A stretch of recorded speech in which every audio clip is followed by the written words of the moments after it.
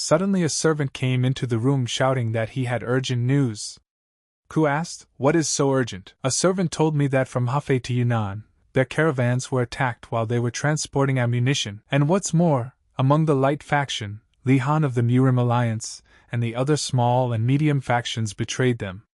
They declared themselves to be the Dark Heaven faction." The faction heads began to worry for such news, and even said that it was too early. The strategist said this is not the end. The commanders asked the deputy head what he meant. The deputy chief replied that they know that supplies and information are important in war. They will embed people who have not been interviewed yet and continue to gather information. Ku asked him what he was going to do in the future? And what should they do about the fire that had fallen on their feet? Su said to respond to the betrayal, they should increase the number of escorts carrying ammunition, of various origins. The head asked, didn't most of the traitors come from small and medium-sized factions? The man asked, what does that mean? The head responded that he would prefer to leave it to people of a certain background. The man said the reason all these deaths happen is discrimination based on origin, and they want to discriminate again. The head replied that's not what he meant, but we need to rule out that option. The man said that's not what he was talking about, but the head got angry and told them to stop. They were dealing with a serious situation, and the two of them were arguing at a time like this. Are they going to let his victim go to waste? The chief asked the deputy what he thought. The deputy replied that as the chief said, it was not the best way. The Dark Heaven faction is skilled at penetrating the human mind, exploiting weaknesses, and deceiving them. If the attendants belong to a certain background, manipulation and incitement are their specialty. The result will not be good. The chief asked what he thought the soldiers should do then.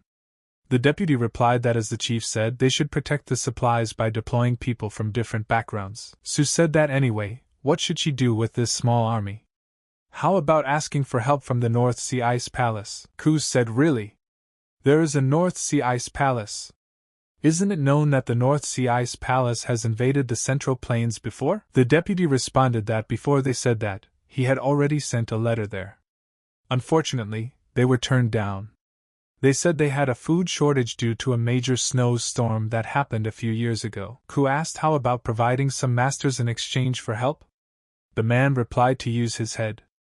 How can they afford to do that? The deputy said that the starting point is not bad, thanks to the support of the Golden Desire Trade Guild and the diverse guilds of the Murim Alliance. It's not enough to make a deal with the Ice Palace of the Northern Sea. The man said that way they have no choice but to fight, losing half of their power. The deputy said that is all they can do right now.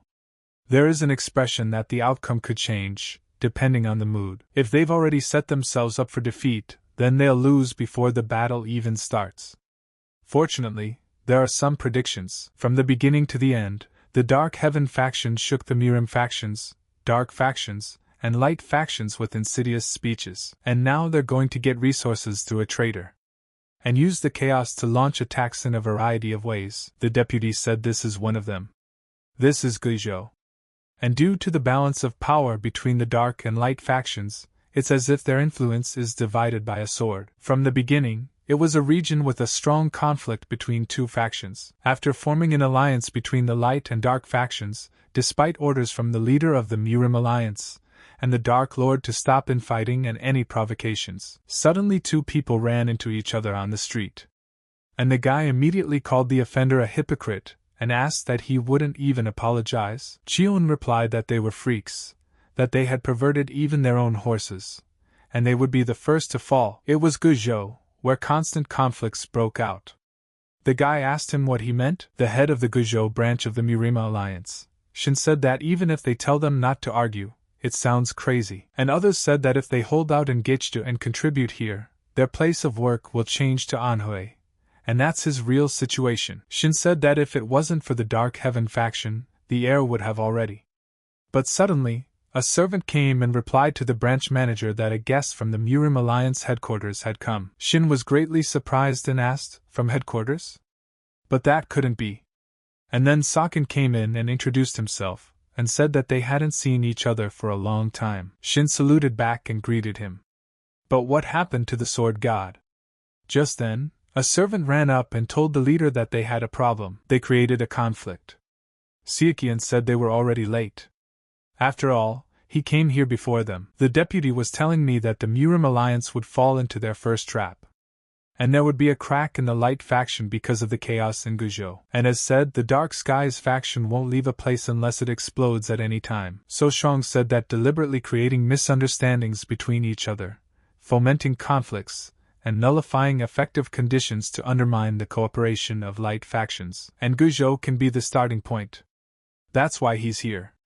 He tried to convince the branch leader to gather the members of the light faction in Guizhou. Xiao Chong thought that because of the distance from Manhwa, the influence of the Murim Alliance headquarters wasn't as strong. And if problems arose from the dark faction, they could become a supporting force. They should also check out the organization set up by Heir to the Golden Desire Trade Guild. Shin said that, to give an example, the Guizhou branch building was entrusted to the Ghost Village with a blueprint rather than direct guidance. They got a report that a samurai from the dark faction climbed over the wall last night and attacked. He checked just in case, but it was people he doesn't know. Xiao Chong thought that the attack was carried out at the same time, as if they were sent together, and the traitors were never caught. It's a trap, no doubt about it. Shin asked, what should they do now? If it continued like this, wouldn't it become a big problem? Sakon said he had an idea. People were shouting at this point that they were cowardly bastards. They attacked their allies at midnight. The boy asked, cowardly? They attacked first. Now they would face the consequences. He immediately drew his sword and said he didn't trust them hypocrites from the beginning. The boys realized that such problems were never resolved peacefully.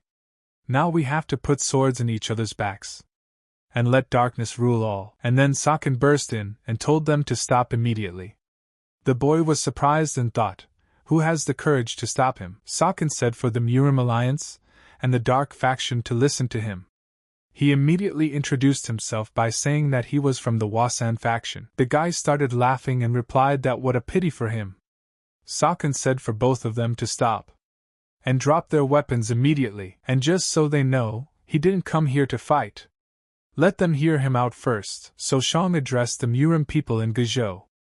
The light and dark factions have hated each other for a long time. He accepts the fact of how deep that resentment goes.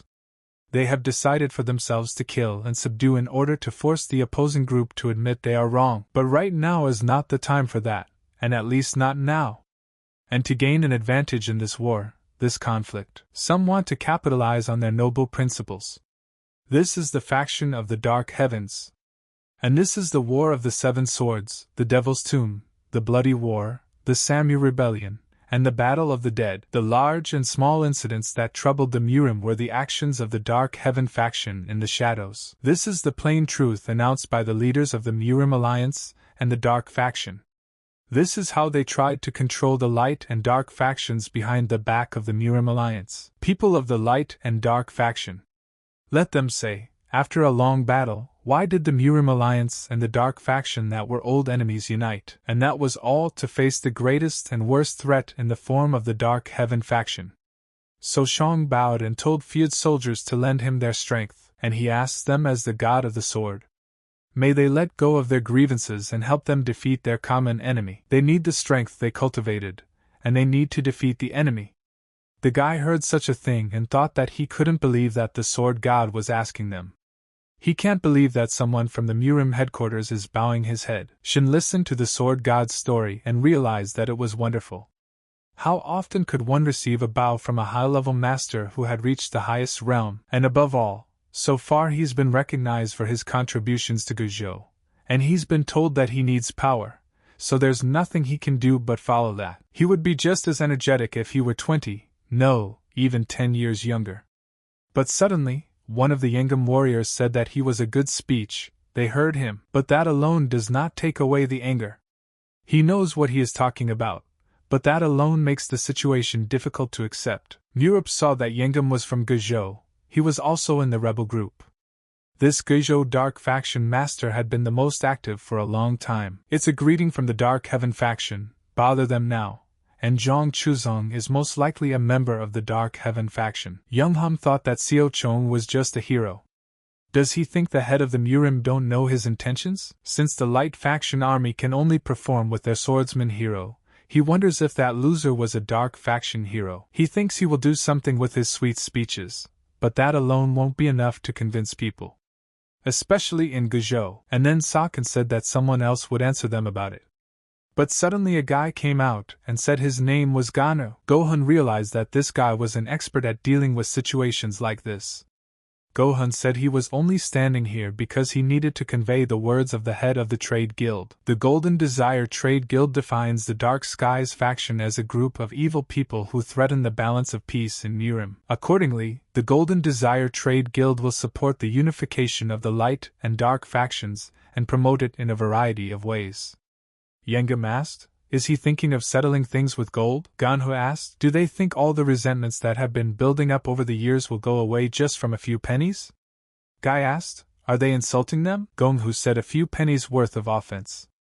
As long as they maintain peace in Guizhou, and at the beginning of the war against the Dark Heaven faction, everyone would receive 5 silver liang per day. 1,000 coins equals 1 silver liang, which is equivalent to 2 sacks of rice at the current market price." Yengam got really angry and told him not to lie to them. There are over 2,000 people here from the Dark faction alone, and he wants to pay 10,000 liang a day. Gonghu replied that if they reported the spy to the Dark Heaven faction, they would be paid 1 liang in gold. If they brought him back alive, they would be paid 3 liang in gold. And on top of that, the cost of treatment when injured would also be covered by the Trade Guild. Yengam asked in surprise, what was he saying? Gonghu said that if they brought the head of the Dark Heaven faction head, they would be rewarded accordingly. The boy asked if they were thinking of making up for his offense with money. Yengam said he did. But the amount was a little more than he thought. And for the sake of peace in the Murim, he offered to forget all grudges for a while. Saken figured that if people were practical, then you had to beat them with practicality. He had made Gohan an ally for a reason. Gonghu said it's for the sake of peace in Murima. It's all for a great cause. The guys felt that it was revenge that was important, but that wasn't a bad thing either.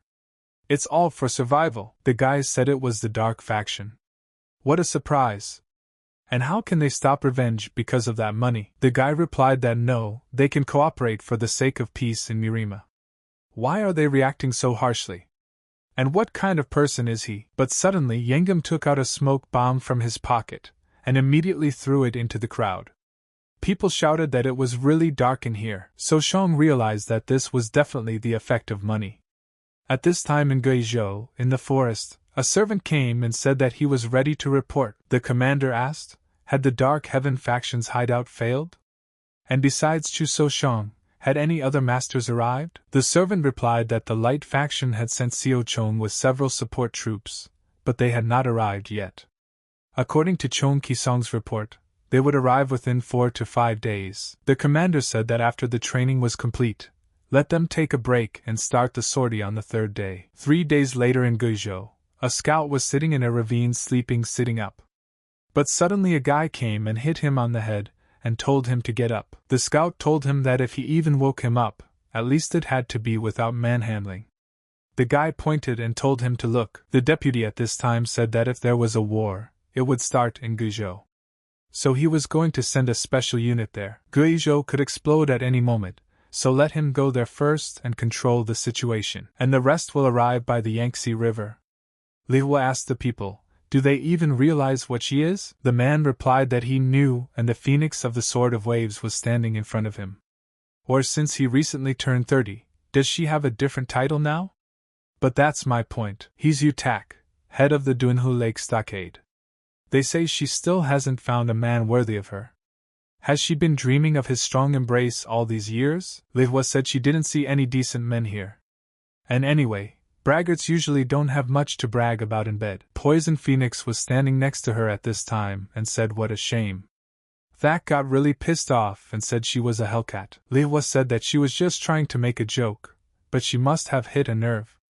But the size of the blade isn't important, it's the technique that counts. He's got a problem with that too, though. She would have drowned herself in his place. Thak got really angry and said she was finished. He immediately ordered his men to finish them off. Li Hua realized that they were attacking them even though they knew who they were. The Yangtze River is their territory, but even if they were made aware of their arrival, they wouldn't risk attacking a Murim Alliance master's ship. And it turns out, the 18 Redwood Islands have allied themselves with the Dark Heaven faction. And suddenly in Gaizhou, at the moment, the strength of the interfactional alliance has more than 4,500 fighters. But there was a meeting going on in the command center in Gaizhou. By now, a servant had burst in and said that the enemy army led by Jade Light was on its way. The blazing sword was also among them. The boy said that he was a bastard, so he manipulated him. The head replied that he was going to show them their Bagator strength. Sakin told him not to look down on them. The top of the Dark Heaven faction is incredibly strong. Let them take care of themselves from the Jade Light armored upside down. The head asked, "Is this armor one of a kind?" So Shang replied that it was correct, and addressed him as a leader, but then said that he was henceforth the commander of the Guizhou front. The commander replied that he could count on him, and he realized that if he was successful, he would finally be reassigned. The commander said then it was time for them to come forward. And if the first battle went well and the interfaction alliance didn't fall apart, Meng Cho-hek, or Cho-ming, would probably be appointed the leader of the Guizhou branch. The commander said, "Here they come." Xiao Chong immediately looked at Jade Light, and immediately took aim at him. Sakin realized that a war was starting. He decided to say that the light and dark factions had many reasons for enmity. There were all sorts of disagreements between them all the time. But it's better to forget about them from now on and fight as one. The warriors asked why. Sakin replied that it was because of the scoundrels who thought they were gods pulling the strings from behind the scenes. Siakian said that they should answer for their atrocities. He immediately ordered his men to attack. Jade Light was craving for Sakin's death at this time, and immediately launched a fiery spear attack at the appropriate moment. Sakin was greatly surprised at this turn, but suddenly all the warriors moved out of the way of the spear. But he dodged and slashed at the long spear. Jade Light was greatly surprised, and began to twist with his spear, left and right, trying to get Xiao Chong out of his way. Sakin jumped off his spear immediately afterward, and stood in front of his enemy, who was eager to kill him. But suddenly the warriors began to hear someone shouting for them to kill all the enemies that stood before them. The warriors turned back and saw who had come to their aid, a flaming sword. And it was Guizhou. A guy immediately came up to him and asked him, how dare he betray him? Guizhou asked him, isn't it obvious? Because they can't defeat the Dark Heaven faction. However, he was willing to put in a good word for him if he joined them right now. The guy said that no matter how greedy he was, one doesn't do business with traitors. Guizhou replied that he was still just as narrow-minded. Then let him fight him. He will separate him with his bare fists. The guy got really pissed off and decided to act smart. But his friend told him not to let himself be provoked. The guy said that he knew himself. Guizhou looked at him and replied that he was a real pussy, and it was time to show these cowards the power of the Dark Heaven faction. He remembered that as they had been told earlier that if they proved themselves, they would receive a proper reward. At this time, a battle was being fought in the Murim Alliance branch of the Central Plains, and they were being shouted at by warriors to slit the throats of the enemy hypocrites. But suddenly the enemies grabbed Nak and she asked her sister why did she do that. The man told her to pull herself together. Doesn't she understand the situation yet? She betrayed them. The warrior cut a few and ordered the martial arts masters to hear him. The current Murim are hopeless. At this moment in Jianghu, nobility is no longer honored. The strong are always neglecting the needs of the weak. And is it okay to have wars to resolve even the slightest conflict? Let them think about it. Surely they themselves had ignored the pleas of the weaker ones, and so they had no choice but to take up the sword. So Shang was fighting Jade Light at this time, and was ready to finish him off so that he couldn't breathe anymore. Xiao Chong couldn't believe that a master of unlimited limit was capable of such a thing. It wasn't so obvious last time since they had only exchanged a couple of blows, but he was very close to the realm of radiance. And for what it's worth, when speaking, the biggest problem is not strength and speed, but specifically the durability of the armor. Jade Light told him that he looked surprised. If he thinks that this black armor is made of simple iron, he is sorely mistaken. Sakin replied, so he could also say that he had enchanted them.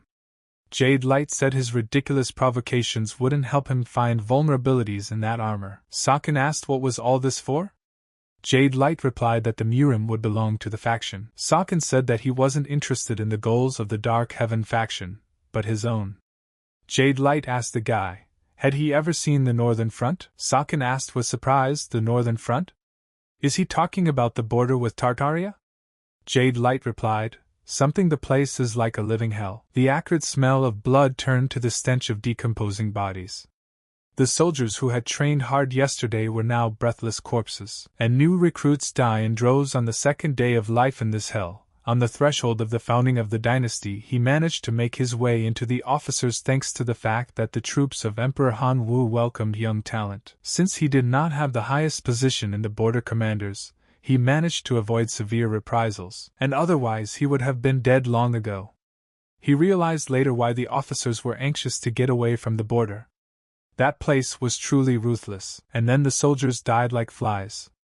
He managed to survive only by luck, but that fact made him stand out among the others, and to avoid reprisals he had to prove that he was not interested in power. So he had to isolate himself from the world outside his post. He lived like a bird in a cage or a prisoner in a jail. Could he imagine what it was like? But Xiao Chong remembered Chief Tang saying that there was no end to the battles with the northern barbarians. He just wanted to get out of that hell, and he had help. Jade Light said that it was not life, but waiting for death, yet he saved him. The Lord of the Dark Heavens helped him escape from that hell and become a new man. Sakin says he can't believe it, and he says he escaped from hell and this is heaven according to him? Jade Light replied that they were fighting simply out of loyalty to duty. It was nothing compared to what he had experienced, and a country ruled by strangers. Led by a former peasant, tired of poverty and corruption, and then the newly minted emperor executed 30,000 people, just to show that he was not to be underestimated. Jade Light said that after Hongwu's death, his descendants split into two factions, and their enmity caused many people to die. It hasn't even been 50 years since the dynasty was founded. Compared to these madnesses, the Murima Wars are just a child's prank. Xiao Chun asked with surprise, a child's prank? And enough of his nonsense. He immediately started fighting him to the death. Sakin was tired of making crushing attacks and wondered what kind of armor this homeless man had. Jade Light launched an attack, but Soshang was able to dodge it. He had hoped to defeat him with one precise strike, but suddenly, the commander turned to the sword god and said it was time. Xiao Chong heard the order and realized that he needed to calm down. And don't try to get in over your head. There had to be a better way to deal with him. So Shang shouted to his men to retreat, and the flank of the dark factions will no longer hold. Let them grab the wounded and retreat. The warriors began to shout that they should retreat. Guizhou started laughing and shouting that they were pathetic cowards. And that's great, there's no need to relax. And it is possible to catch up with these cowards. Jade Light ordered him to stop immediately. Guizhou was surprised and asked why. Jade Light replied, lest he forget that one in his enemy territory. If they were to fall into the trap, they would suffer heavy losses. Besides, they were already exhausted too. There was no point in worrying in vain, for the supplies and wounded would not get them far. And what's more, reinforcements will be arriving soon. They'll regroup and bet on the next battle. The commander called all the men together and said that 800 were killed and 500 wounded. 200 of them had severe injuries, and the other 300 had slight injuries. Excluding the dead and seriously injured, the number was down to 3,500. And what about the Dark Sky faction? The guy replied that according to information from their spy, they had lost about 500 men, and they need to take care of the badly wounded fighters first. And the guy said they lost surprisingly few men in the retreat. The commander asked, wondering why, and suddenly Linghua burst in and told them to let them answer that question. Nak was so happy to see her big brother. Sakin was also surprised to see his little sister Nak at last. Li Huang says she can't believe it. He's standing right in front of him, and he greets someone else first. How heartless, and you have to wonder if there's more to it than that.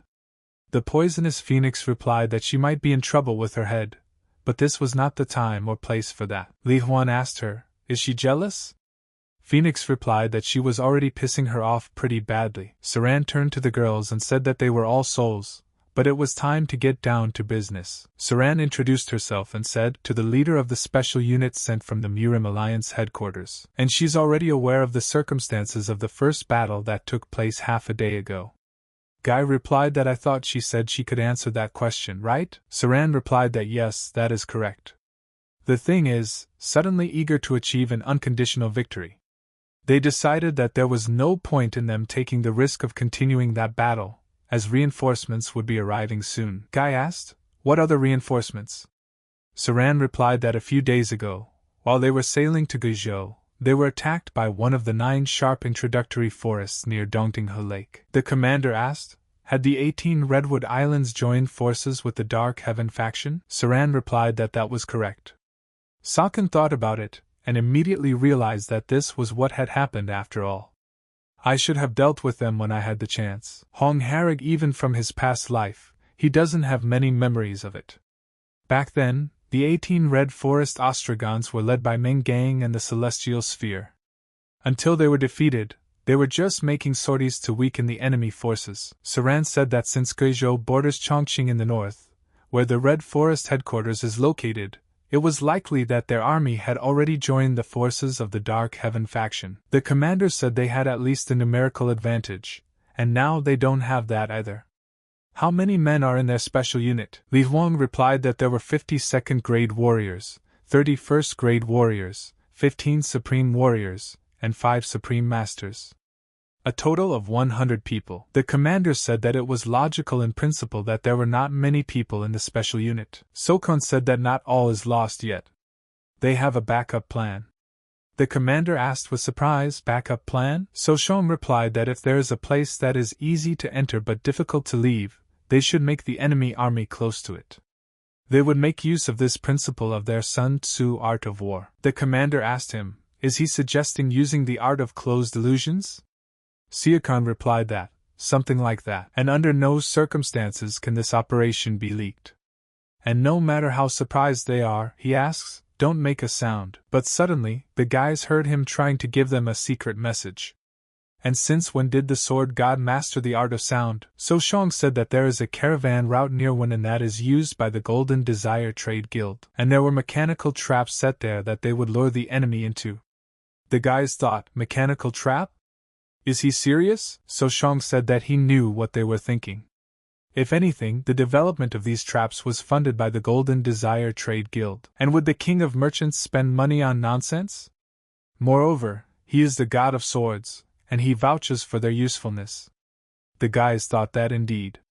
If the sword god and the merchant king are so sure, Sakon thought that he would like to keep everything secret to the last. But if he didn't show the blueprints of the mechanisms, he would catch not only his enemies but also his allies by surprise. But the commander must be aware of everything. Sungji's glory hour has arrived. Sakon went to a secluded place and started practicing. But Nak came to him and said it was hard to believe he was practicing without a sword. They hadn't seen each other in a long time. Is that the plum blossom fist technique? Sokun replied that he was just trying to distract himself. He had an important case coming up. Nak said that if he became a plum blossom swordsman, he wouldn't have to wander around Jianghu very often, but in her case, things turned out differently, and she hopes that this war will end soon. Even though it's naive, she wishes no one would have to die. The grief of losing loved ones is unparalleled, and in truth, she followed him because of that, too, so as not to lose the man he cared for. Sakon didn't understand anything and only looked into her eyes. Nak was surprised and asked him what was wrong. Sakon apologized and replied that he was just touched. And in his mind, he realized that heroes are also human beings. Really, after all, holy monk, sincere sword. After 2 days traveling west from Wenan, one can get to the trade route leading from Kaiyang County to the north. If you follow this route, the drive to Junyi Urban District will take about the same amount of time as the last segment. Right now, the Interfactional Alliance army of their 3,600 fighters headed out from Wananbi County towards the trade route. Gaizhou said that here, something was amiss. According to Heavenly Jade Scouts, the special unit that was attacked on the Yangtze River had joined the Interfaction Alliance army. Then why are they going to Junyi City District? It borders Chongqing to the north, where the headquarters of the 18 Redwood Islands they are in league with is located. The special unit should have figured it out. Jade Light replied that it was a trap. He would like to get the opinion of the Celestial Sphere, but he had enough to do right now. To the north is Chongqing, To the northwest is Sichuan, to the southwest is Yunnan. Do they want help from the Tang clan and the Changsan faction? And thanks to the former head of the Murim alliance taking all the blame, the Poison King was able to expand his influence a bit. And accordingly, it's a possibility. Gaizhou said that perhaps the enemy had also bet on reinforcements. However, the Tang clan of Sichuan did not pose much of a threat to them thanks to the celestial mechanism antidote. And the Changsan faction is in chaos right now due to betrayals, so we shouldn't expect much help from them either. In fact, who would dare to stand in the way of the great Jade Light that even Soshang himself couldn't control? Jade Light realized that Saken was already quite shallow, and now he was also joined by Che Galsaran, who was versed in tactics and strategy. He immediately ordered them to speed up the attack. Let them destroy the enemy army before reinforcements arrived. Gaizhou asked, what about the wounded? Would they just leave them behind? Jade Light replied that he didn't care about those cripples. Destroying the Interfaction Alliance army was more important than anything else. At this time on the Gaizhou trade route, the scouts said they had taken the bait. The guy asked how many were there. The scout replied that there were 3,500 of them. The guy was surprised and asked if it was not 2.5. The scout replied that the 18 islets of the Redwoods had sent another 1,000 fighters.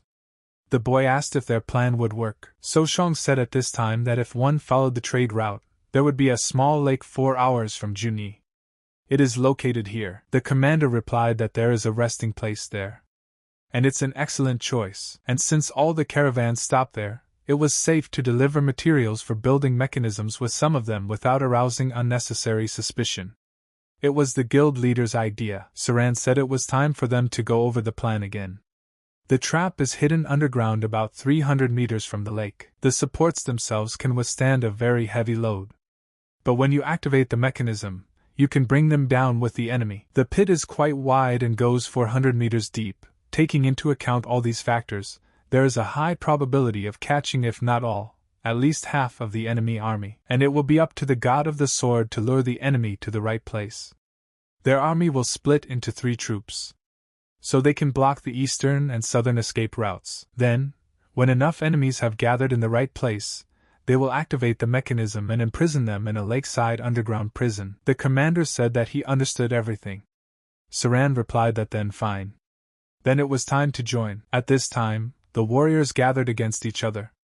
Suddenly, at the reconnaissance, a guy asked if it was time to signal.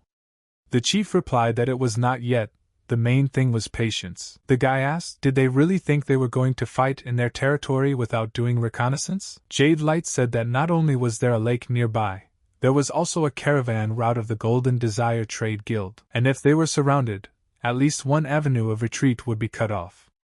He ordered them to split up and go straight to Chongqing. Beware of attacks from any direction. Gaizhou asked, what if the enemy took advantage of them splitting into squads?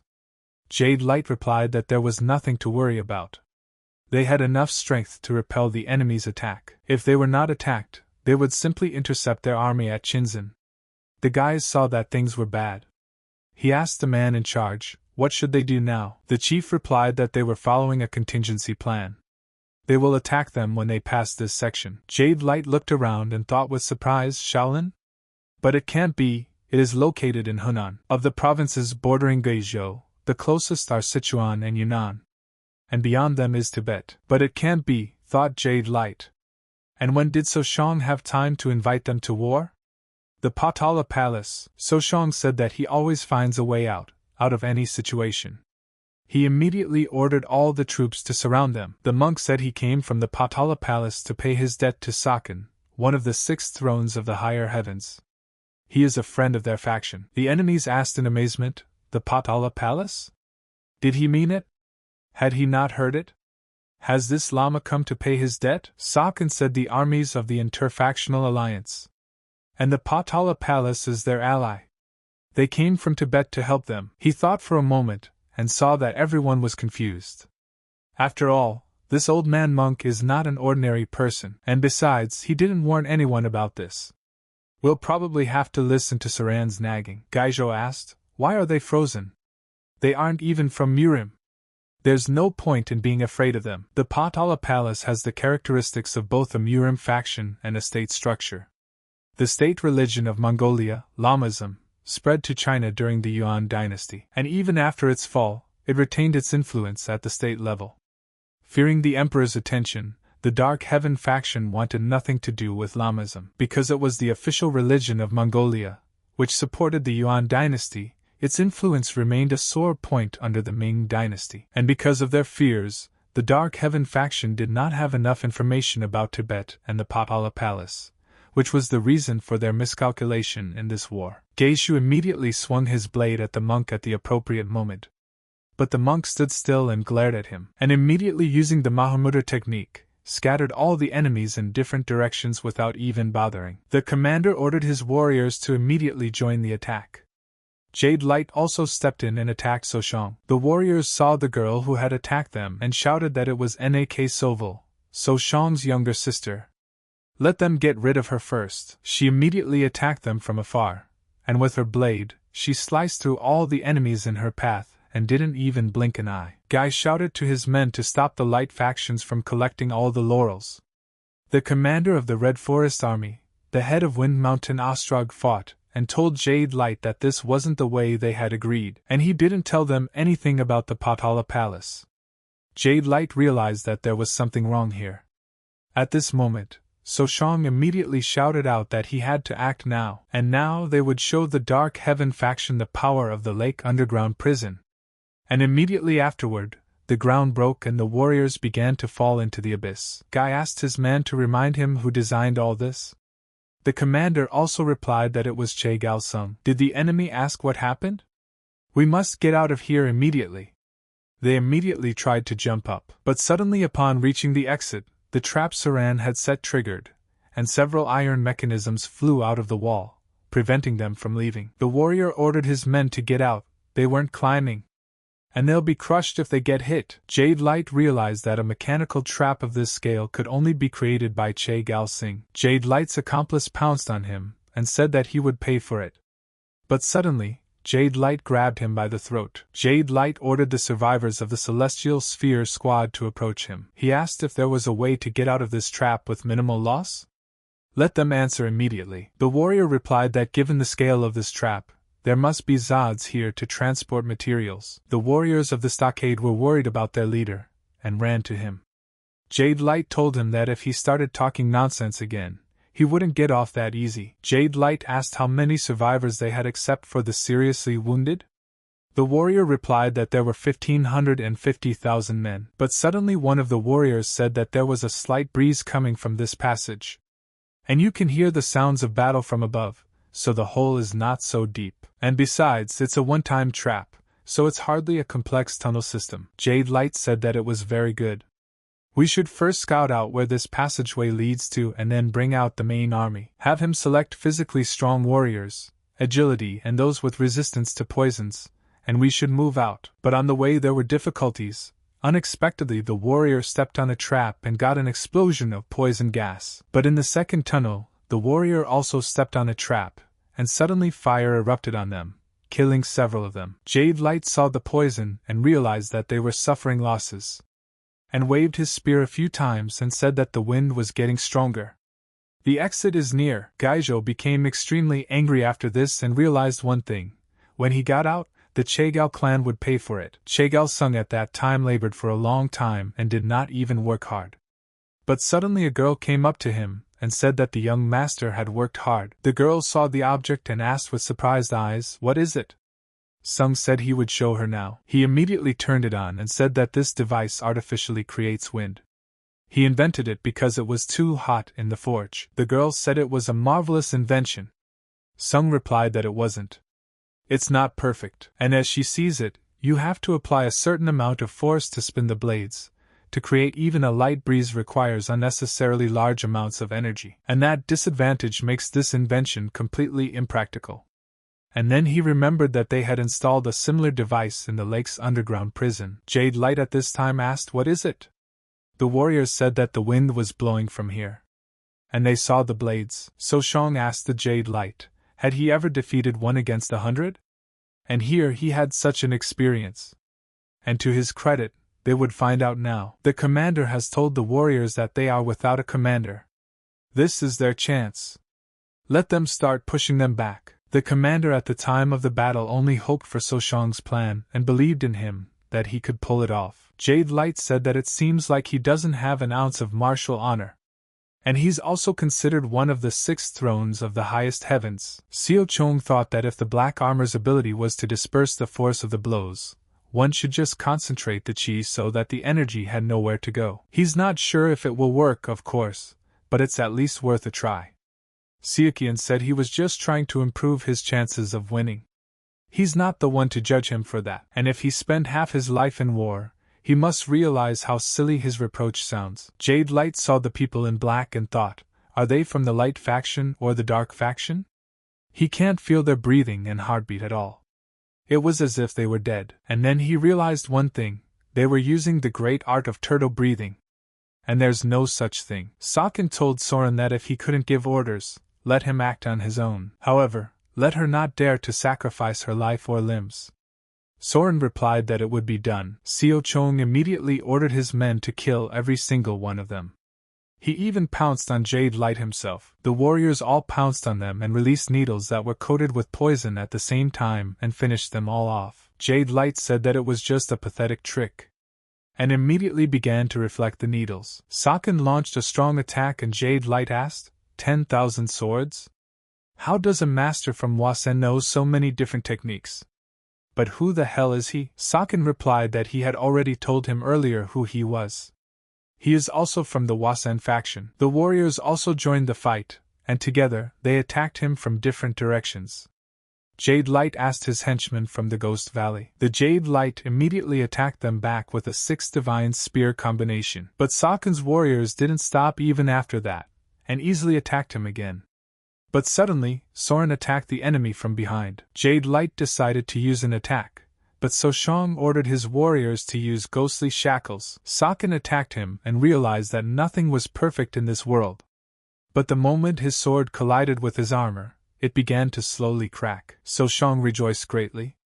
Jade Light realized that Qin Shinhuangdi's black armor had started to collapse. Jade Light lost his temper, and couldn't even control his actions. But he broke the chains that held him. Jade Light immediately used 6 combinations of the Divine Spear. And the combination is the third one. An army-crushing swing. No one expected him to do that, and immediately moved a distance away from him. After all, the attack was strong. Seo Chong realized that the fire chi in this attack was concentrated to the limit. If he didn't dodge and tried to block, even his shield of dense chi wouldn't save him. Jade Light asked, how much longer? When would he leave him alone already? He immediately started chasing after him. But So Xiong abruptly turned around and attacked. But Jade Light said that he just wanted to escape from that hell. His comrades died yesterday, are dying today, and will continue to die tomorrow. But he did not stop there and continued to train. Jade Light once again used 6 divine spear combinations against him and a combination of the 4th. He immediately attacked him with a returning spear throw, and fired it straight at Seo Chong. Sakin saw the spear flying straight at him, and realized that he wanted to take it to the grave with him. And it looked like he was thinking of scaring him into backing off, but he had no use for it. Worst case scenario, the spear goes through his left shoulder.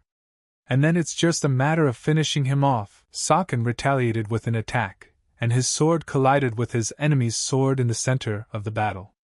But Jade Light was surprised at such a thing that he missed. Sakin told him to remember that he wasn't alone. Just then, Soren entered the battle and took out the trajectory of the attack. Jade Light thought that it was all because of this ghost. But no, impossible. She simply wouldn't have the strength. Even an unlimited master wouldn't be able to change the trajectory of this throw. Then what's the matter? Sakin said that not only does he run around in heavy armor, he also uses fire in a cave with thin air. No wonder he was out of breath from the situation. Jade Light was very angry and decided to kill Seo Chong. So Xiong said that if he needed a new hell to escape from the old one, and then he would become its incarnation. Geishu saw that he was already outnumbered and said that they were taken. He surrendered, only let them spare him. The guy kicked him in the leg and told him he was nothing but a traitor. He has only 2 choices, let him die or die. But suddenly the chief says for him to calm down. He suggested that he at least listen to him. The commander replied that they had won after all. His heart almost stopped when Jade Light guessed the trap. The monk said that if you think of it that way, it had been a long time since Tibet had interfered with the Murim people from the Central Plains. The commander said that the same monk, Tsongkhapa, said he owed the sword god his life. Saran at this time walked over to the pit and watched. But the commander turned to him. The girl replied that there was no need to jump to conclusions. The commander thought at that moment, "What's the matter?" He asked her if she was still waiting to hear from the sword god, and she has nothing to worry about. And he suggests we take a look at the blueprints for now. And if she thinks the sword god might need help, he's willing to send more craftsmen just in case. Soshong took off his mask and said that other than the fire spear and black armor, he didn't have anything unusual. Saken told Soren to take it. The girl replied that she would be executed. He immediately ordered the ghost to report the situation immediately. Soren replied that there were 62 survivors and 38 dead. Saken asked how many seriously injured?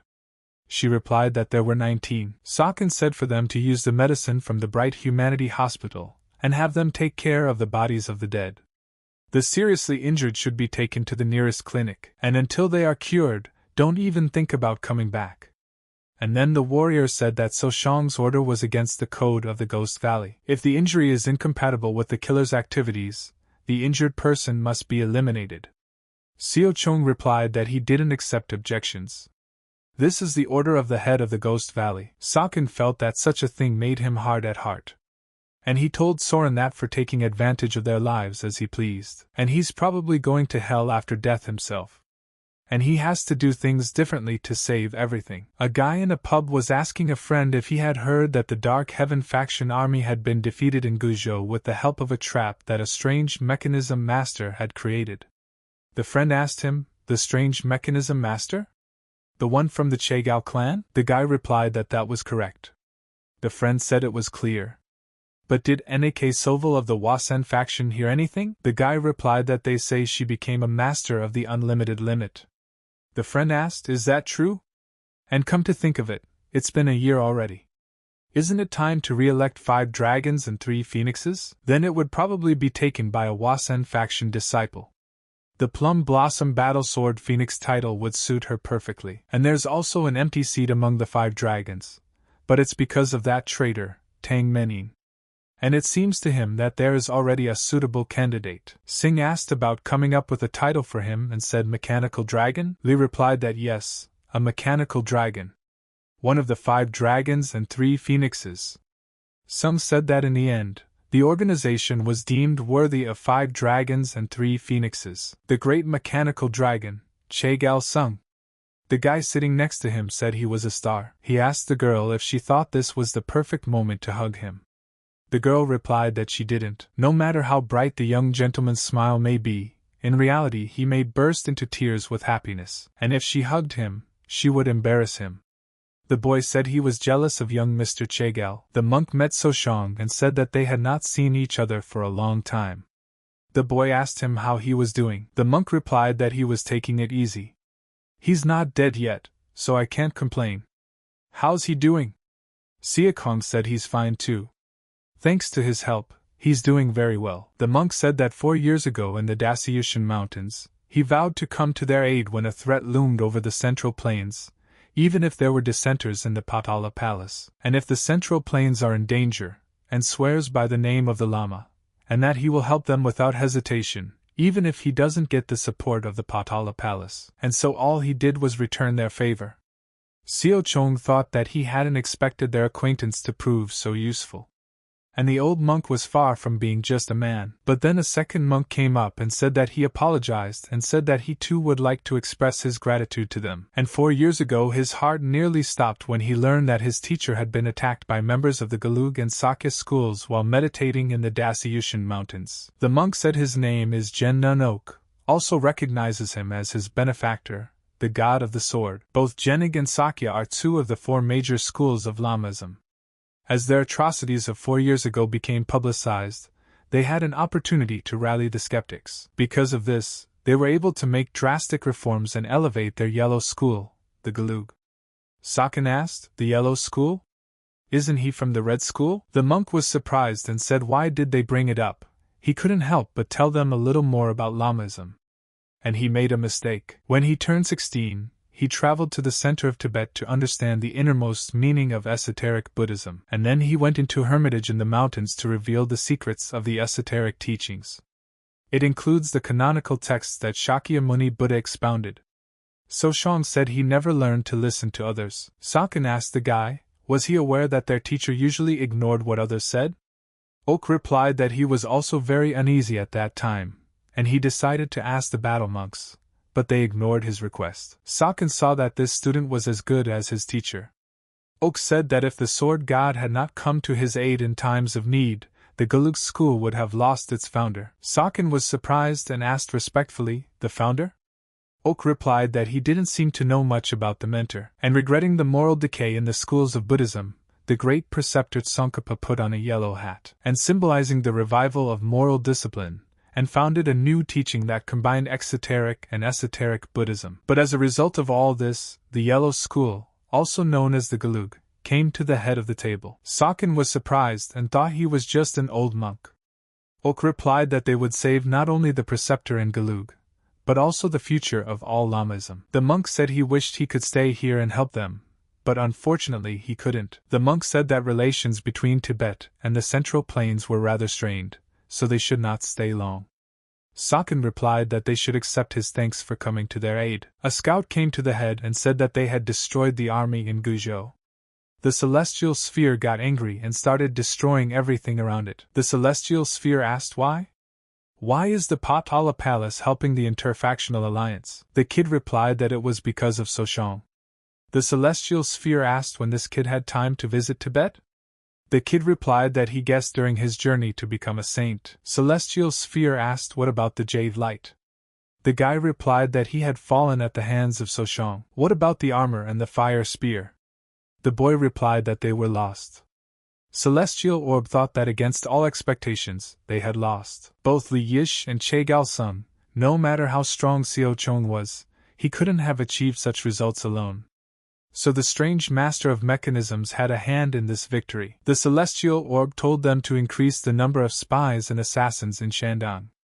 The boy replied that everything would be accomplished. Celestial Sphere asked, the palace Potala would no longer be able to help him since people would find out about their meddling.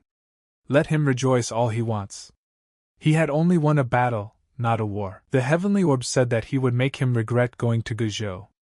But the people at this time rejoiced greatly and began to shout that they had won. The deputy saw that Sung is incredible.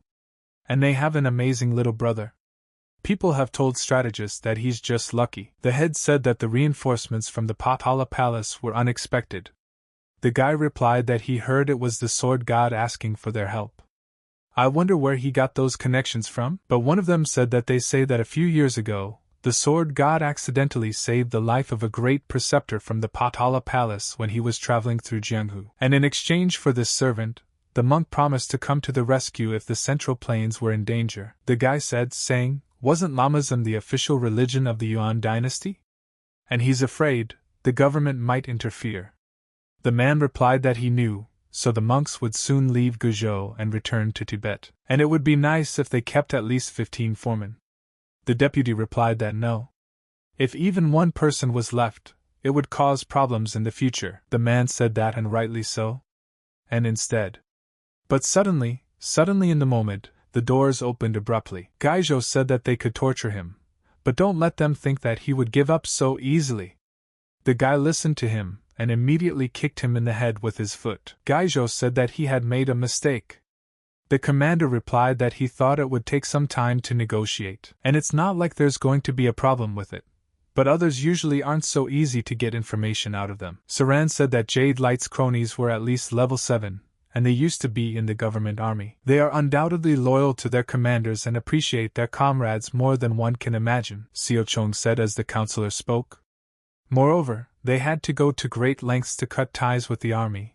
They are probably afraid to somehow come into contact with it again. But it will take time. I'd like to ask them to see it through. The commander said he thought Meng Chohek and Cho Myung would do a better job. Xiao Chong thought in his head the position of commander of the Guizhou front. The commander said that he had already become too old. It was difficult for him to swing a sword. Saken said they would help them in that case, and they trained them as successors. What did he think? The commander replied that it was perfect. Sakin asked where the messengers had gone. Saran tried to tell, but suddenly a man came in and said he had an urgent report, and it is reported that the Dark Skies faction has condemned the Murima Alliance headquarters. And the Murima Alliance headquarters has been attacked. Sung Yangwon is in the vanguard. At this time in Hefei, the Anhui capital, people began to run away in fear and said the Dark Heaven faction. It did happen though. Jade Light approached the head and said that the main squad was ready. The head replied that everything was fine. Jade Light said that their man was in an angered. The head asked the man, what did he say? A 10,000-man army made a move and they didn't know about it. The head said it was impossible. The Light faction, Dark faction, and How faction joined forces. The strategist said they were beaten. They used some kind of waterway spear technique, and he didn't think he could forget something like that. The head asked him, could he explain in more detail? The deputy replied that of course he could, and as they all know, they sent an additional detachment to Guizhou, which was attacked by pirates of 18 islets near Dongtinghe Lake, and ever since then, Ostroges have blocked some waterways.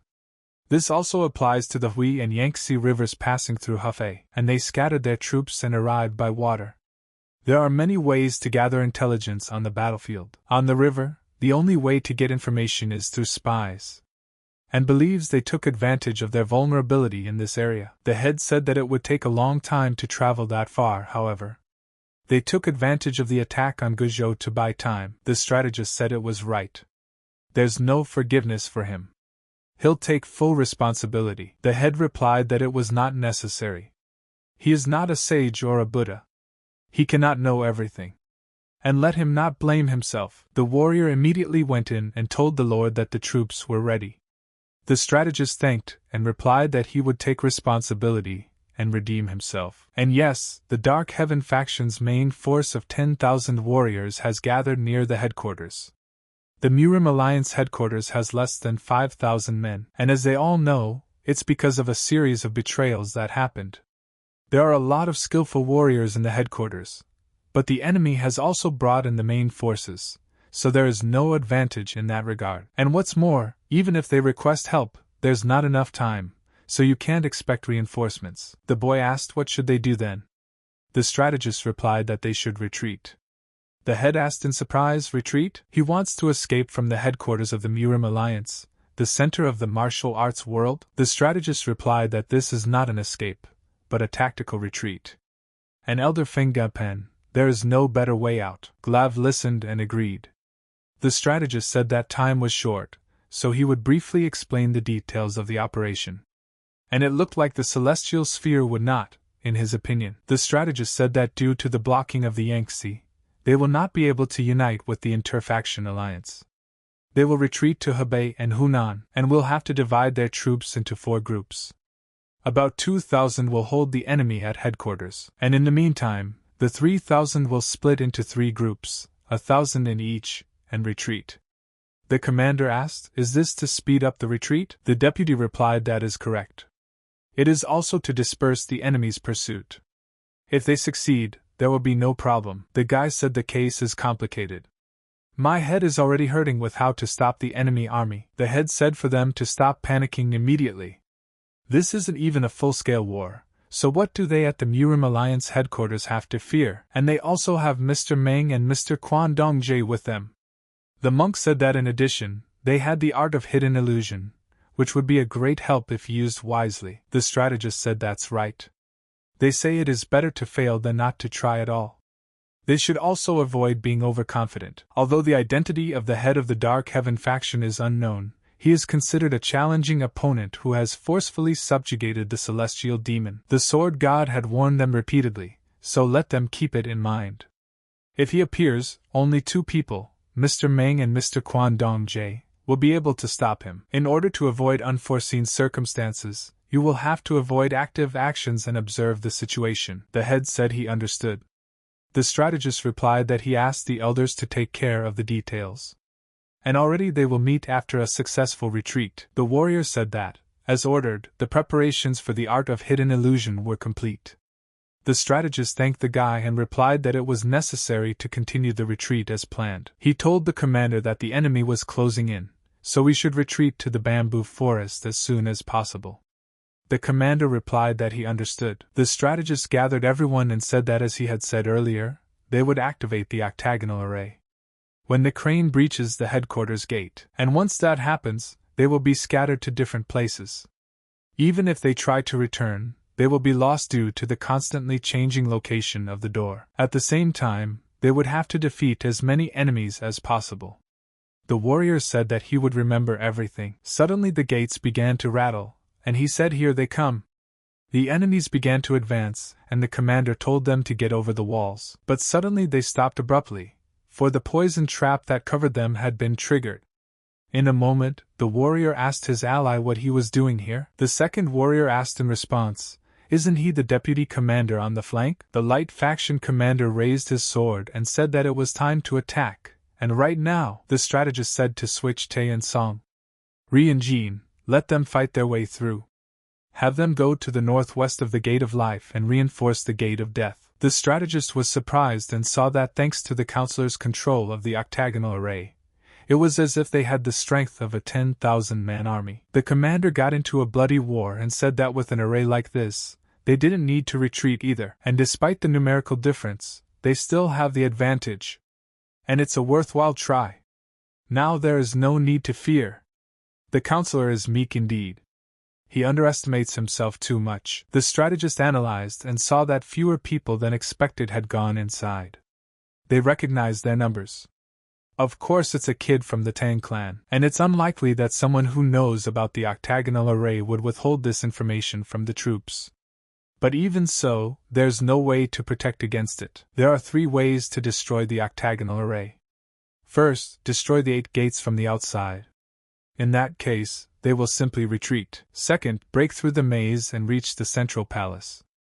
With his death, the octagonal array will stop. Third, throw in a huge force until the Murim Alliance forces inside are exhausted.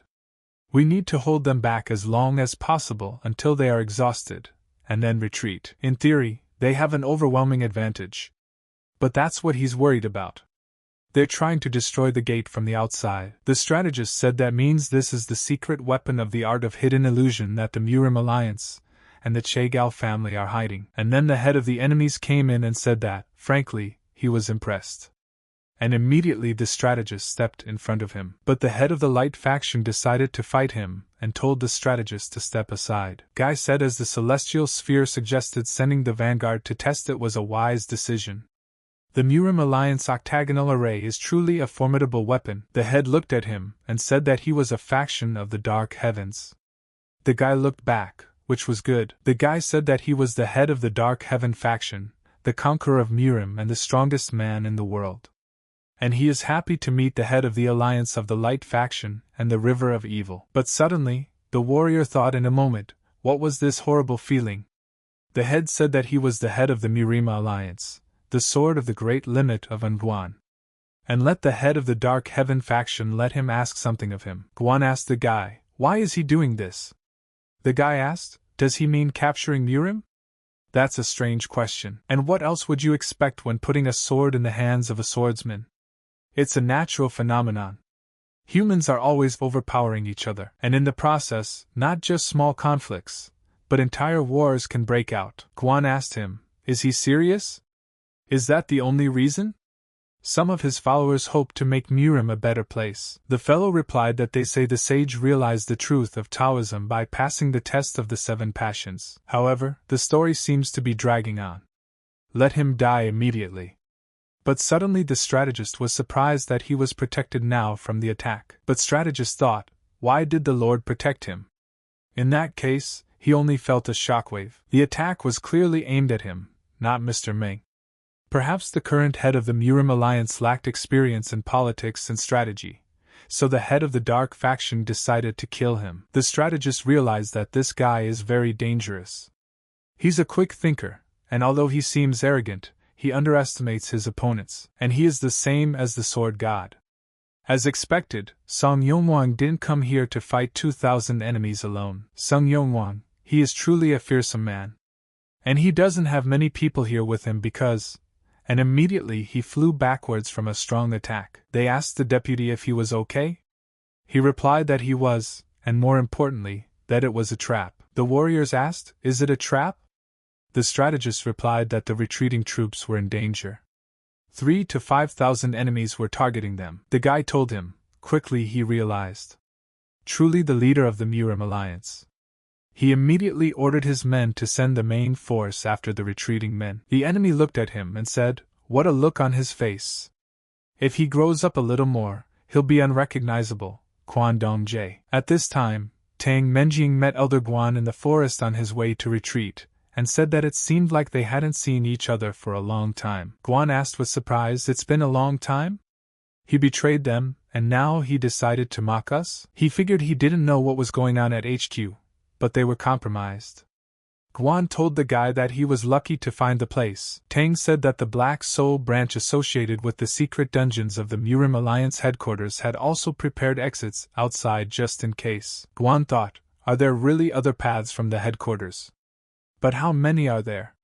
Tang said that it turns out, the prediction of the celestial sphere was correct. He assumed that he could not defeat Chegal's son and would decide to retreat regardless of honor. It certainly annoyed him that he had to split up to find where they would appear.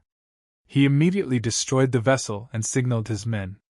And if they were thinking of escaping, it would be best to surrender. Quan asked the strategist what he was doing. "Tell him to get out of here immediately." The strategist was getting clammy and didn't want to leave him alone. He thought that retreating and abandoning Quan would be akin to sacrificing it. But if the retreating 3,000 were destroyed, it would be pointless to hold back the enemy with the remaining 2,000. The strategist thought, and said that he would withdraw the main forces. And he and Quan would stay in the octagonal array. Only the high-level commanders would remain. But suddenly the head came up and said that the rest of us should retreat as soon as possible and join the retreating troops. The commander asked the strategist how the old man would fight in his condition. The strategist asked the grandfather why. The old man said he wasn't here to talk. Tell them to leave immediately. The old man saw them standing still and asked the guy what he was doing. Many could die because of a second's hesitation of the leaders. Let him get it in his head. The strategist immediately ordered his men that it was time to retreat, and to rejoin the retreating squad as soon as possible. The commander grabbed the strategist, and crying told his men to say goodbye to them, and hoped they would see each other soon. But suddenly the demon head saw them trying to get away, and with his fast speed, he caught up with them from behind. But the head saw this and said he wouldn't let it happen, and used his attack to block the enemy's attack. The demon head said, "It seemed like the space around the sword had warped. Is this its incarnation, then the great limit?" The head immediately used his mind incarnation. But the demon head was not surprised and attacked back at him. The demon head said, "Truly a sword that had achieved duality through the discernment of consciousness. That's very interesting." But the demon head was stronger, and immediately launched his crushing attack, cutting the head's attack in two. The head was greatly surprised, for he had flung his sword away in space, but he managed to strike without dodging. The demon head said that a martial artist trains to overcome weaknesses. This is because you can't surpass yourself. Isn't that right, sword of the great limit? The demon head began to continue his attacks, and didn't even defend himself. But suddenly the old man made his attack, and the boy managed to dodge. He shouted to Brother Guan that he had to go. He had lost his herald not too long ago, and he couldn't lose the new head. Let him go after the retreating men. The head asked him what he meant. If they joined forces, the old man said that they would then be a nuisance. The head immediately ordered his men that it was time to retreat. The head of the demons said it's very foolish. There will be problems with his mind, and he will become weak. Trying to stop him alone. But Quan didn't give up and started launching his attacks to finish this asshole off for good. But suddenly, he changed in a second. The demon head saw this and realized that it was natural chi. The old man said, "A member of the Murim Alliance, white-robed." The old man decided to fight him to the last and protect his home. And lastly he said that the enemy should die in the name of Murim. Quan Dong Jae, the white-haired one. He always does what is right and corrects what is wrong.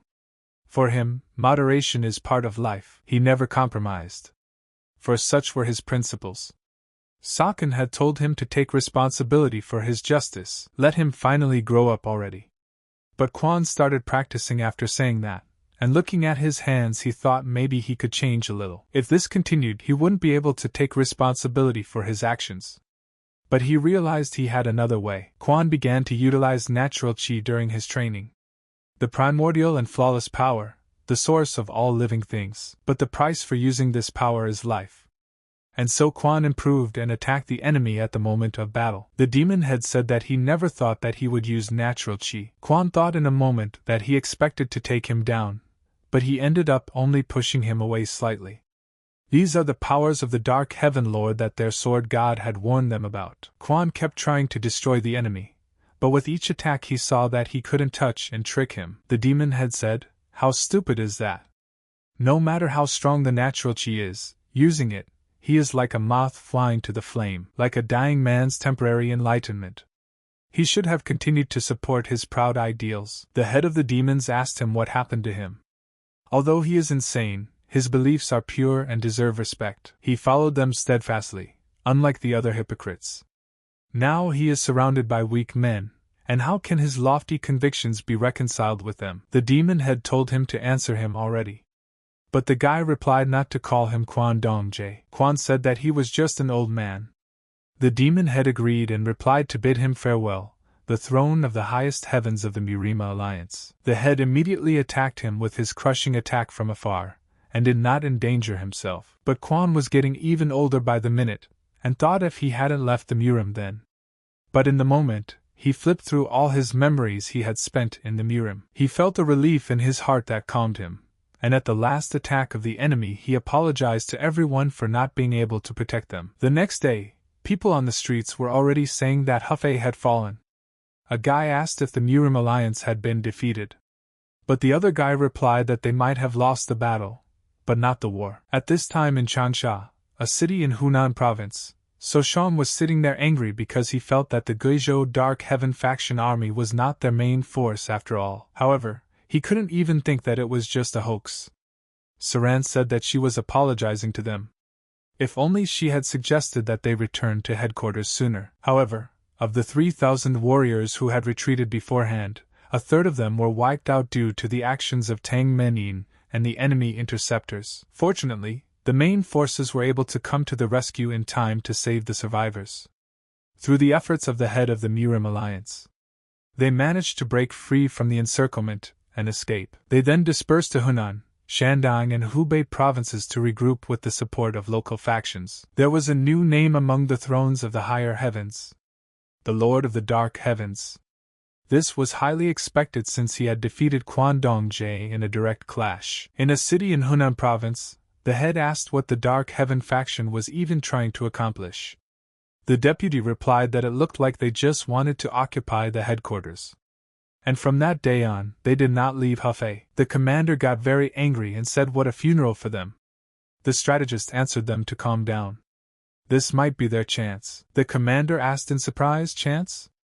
The strategist replied that north of Anhui province was Shandong province, where the Golden Desire Trading Guild was located, and even further north is Hebei province, so you can also count on the support of the Peng family. In the northwest is Hunan province, where the Shaolin Monastery stands, and to the west, in Hubei province, lies the Mudan faction and the Chaigao clan.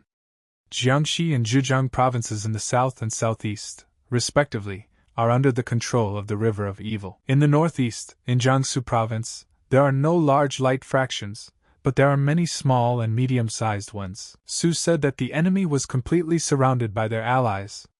The strategist replied that was correct. Of course, the loss of the headquarters is a great loss, but there is a chance to turn this situation in their favor. The strategist promised himself that his grandfather's sacrifice would not be in vain. The commander asked the others if it would be better to retake the headquarters before the enemy had time to set up there. The boy replied that it was impossible. Had they forgotten why they had to retreat? The commander said it was because of the interference of the 9 islands of the water forest. The strategist said that Elder Huang was right. That's why he said they had a chance to turn the situation in their favor. There are a lot of problems with these bandits. First, since either side has had time to regroup, they need to keep a close eye on the situation. They should also listen to the opinion of the sword god who will be here soon. The head suddenly stood up to his guests and said that he was happy to see them all. Sokkin replied that he welcomed the head of the alliance. The head said that he understood that they were tired after the long journey, but it was necessary to discuss the current situation and the battle in Guizhou right now. Lihua replied that of course. So Shang sat down at the table and didn't even think about the fact that they were coming on the Yangtze. Saran said as for further plans, they should deal with the 9 ostragons of the water forest first, and only then take on the Dark Heaven faction. The strategist said that even before they arrived, they had discussed suppressing the 9 islets of the water forest, but the problem was that they didn't have enough men skilled in water combat. Sokkin said they didn't have to worry about that. The head asked, do they have some kind of plan? So Shang replied that yes, they could seek help from martial arts masters from Hainan Island. The strategist happily said that the Hainan sword faction. The head also replied to the sword god that he was a true hero. Sokkin asked that in that case, could he ask about something? The head replied that yes, let him ask about anything. He would answer any questions he had. So Shang said for them to tell him about their battle with the Dark Heaven Lord. After all, he had never seen the Dark Heaven Lord fight in his previous life, so he would benefit from any information about his techniques. The head agreed and thought they would also talk about visualization. It would be better for such a warrior to help him find a way to channel his aggression and cruelty in a positive way. Lihua said that since she has nothing else to report, let them allow her to bow out. The head told the beautiful Phoenix of Intrigue to make sure their conversation did not leave these walls. Saran replied that they would do as they pleased. The head told the sword god that just as he had warned them, the Lord of the Dark Heavens was truly a terrifying man. Sokkin thought for a moment, and decided that judging from the story, he was clearly using speed sword techniques, but his other abilities were unfamiliar to him. Unlike in the past life where the Dark Heaven Lord possessed a vast array of techniques due to the unity of 10,000 martial arts, this one was different, and his mind incarnation was unknown to him as well. Even in his weakened state, he easily repelled the joint attack of Che Gal Juno and Quan Dong Jie. How is that possible? The head said that if the bodies of the deceased had not been at the headquarters but at their place, they might have recognized something from the Dark Heaven Lord's sword wounds. The strategist said that since most of the Dark Heaven faction's martial arts came from the Imperial Palace's arsenal, they must have been used in wars at some point. The strategic office will examine the archives, and if they find anything worth noting, they will report back immediately. Sokkin said he thanked them for the information. The head replied that he was only reporting what he had seen. He was sorry that he could not be particularly helpful. Seo Chun replied that no, it was really valuable information. It was better to know something than nothing, so don't let them worry about it. So Shang thought that was great. Now he had to send a letter to Hainan Island, and then go to Shandong to show Kan Yaja the black armor and the fire spear. In Hefei, a city in Anhui province, the servant was telling Mr. Celestial Sphere that they had disarmed all the mechanisms and traps inside the headquarters. Celestial Sphere asked what about the art of closed illusions. The servant replied that it was fine-tuned and established. The Celestial Sphere said it took 2 days to disarm all the traps. And the Celestial Strategist is a sly fox. He's so annoying, yet all their efforts are in vain. No matter how hard you turn around, Siekian has him in the palm of his hand. Suddenly, the head came over and told him that he seemed to be in high spirits. The Celestial Sphere was surprised and knelt down. The head said that he didn't want to distract him, but he needed to know about his future plans. The Celestial Sphere replied that he was just about to go to him, but he beat him to it. And may he be forgiven for keeping him waiting. The head said not to worry about it. What did he think of the actions of the Murim Alliance, or rather the Interfactional Alliance? The Celestial Sphere replied that most likely they were targeting the 9 islands of the water forest. The head thought about it, and said that it was possible. Celestial Sphere said that, however, the Interfactional Alliance did not have masters specializing in water combat, so they will either send a small elite unit, or they will seek help from the factions on Hainan Island. He recently received a report on the East Sea Waco that said the conflict on Hainan Island had been resolved. Celestial Sphere said that it must be the work of So Shang and his comrades. The head replied that the Hainan Sword faction was indeed indebted to the Sword God. Celestial Sphere said that given the recent conflict, their forces must be depleted, so they may not be able to provide enough support. And yet, even if they turn out to have too few forces, the interfactional alliance will try to smash the 9 islands of the water forest anyway. He has already prepared several possible strategies. He is asking the head to give him this task. At that time, Soshong went outside and said that it was time for them to set off. They had to walk to Shandong without stopping at all. At the headquarters of the Golden Desire Trade Guild, the blacksmith was telling Soshong that he didn't think it was done by a human. Sokin was surprised and asked what? The blacksmith asked, who was able to break iron that was tens of thousands of years old so easily. The blacksmith said that the main feature of the armor was gone, cracked or weakened. Sokin thought, did he really overdo it? He asked the blacksmith if it would be possible to repair it somehow. The blacksmith replied that it might be possible, but because of the ruined parts it would definitely not be called armor anymore. Sokin said that even that would be enough. What could he make? The blacksmith replied that if a weapon, something small, could be made, and the protective element would be the size of a glove. The blacksmith thought for a moment and said unexpectedly. Sokin was surprised and asked him what he was talking about. The man asked him, isn't he a sword master? Naturally, he thought that Sokin would ask him to make a sword.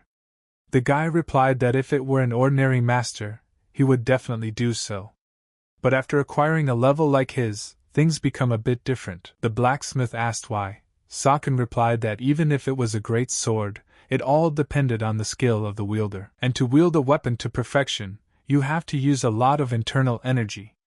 Once they reach that level, they don't care what they fight with. The blacksmith was greatly surprised and said that was how it was. Sokin said that doesn't mean he doesn't appreciate good swords. They can't use internal energy every time they train. Soshong said that he thought the blacksmith was rather unusual. The man was surprised and asked how so. Soshong replied that he didn't show much interest when he saw the dragon's sword. The blacksmith said that it was a legendary sword created by the masters Kiaz and Gangchan. Soshong said, on second thought, what was his name? The blacksmith replied that he would say for clarification. There is not a bit of Gangchan's soul in this sword. It was just a free name given by the master who picked him up the day he became an orphan. He didn't sharpen his focus, as he thought it might irritate him. He is not so narrow-minded as to deny the honor of past figures because of personal emotions. The blacksmith thought for a moment, and asked the boy if he had decided what he wanted. Sokin replied that he should wait a little while. Sokin thought that if it was a whole armor, it was different, but only the gloves were not necessary. It was better to replace them with weapons. But he doesn't need a sword or a spear. Making any of those things seems like a waste. And since it's not for him, there's no point in limiting himself. Soshong said he had made up his mind.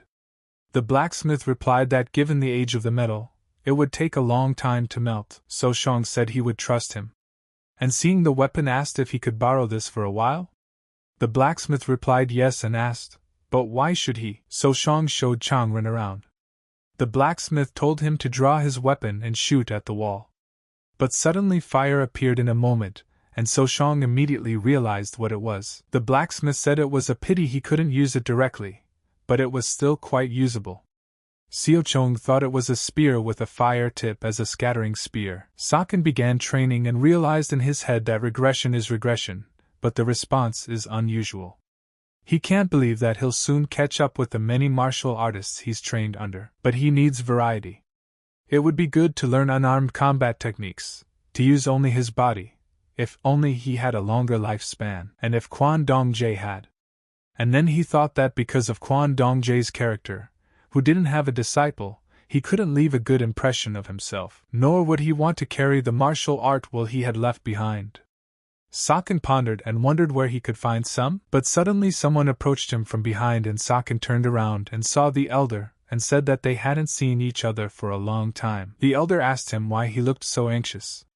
Siochong replied that he was thinking about facing the Lord of the Dark Heavens. The elder said it looked like something had happened. Soshong got excited and replied how timely it was that they ran into each other. And if he didn't mind, could he ask him about martial arts? The elder replied that of course he can. Sokin asked that the sword technique he wielded was a swift sword. The elder replied that it was almost. Soshong said that he knew that the Dark Heaven Lord was also quite good with a sword, so he wanted to hear the elder's opinion. The elder asked, needing to explain it in more detail. The method of innate sword-wielding. Saken was greatly surprised and asked what? The elder replied that the latter techniques matched the speed of the first approach. In the past and now, there are only a few sword techniques that feature faster progression in learning, Ingamdan and the sharp sword. He thinks it's more to their credit. Seo Chong asked, what does that mean? The elder replied that it was obviously the South Sea Dragon King. If no one said that the swift sword belonged to the Manhwa sect, it was natural to think that he was from Igamdong. Saken asked him if he could give more details. The elder replied that of course he would. This story is at least 200 years old.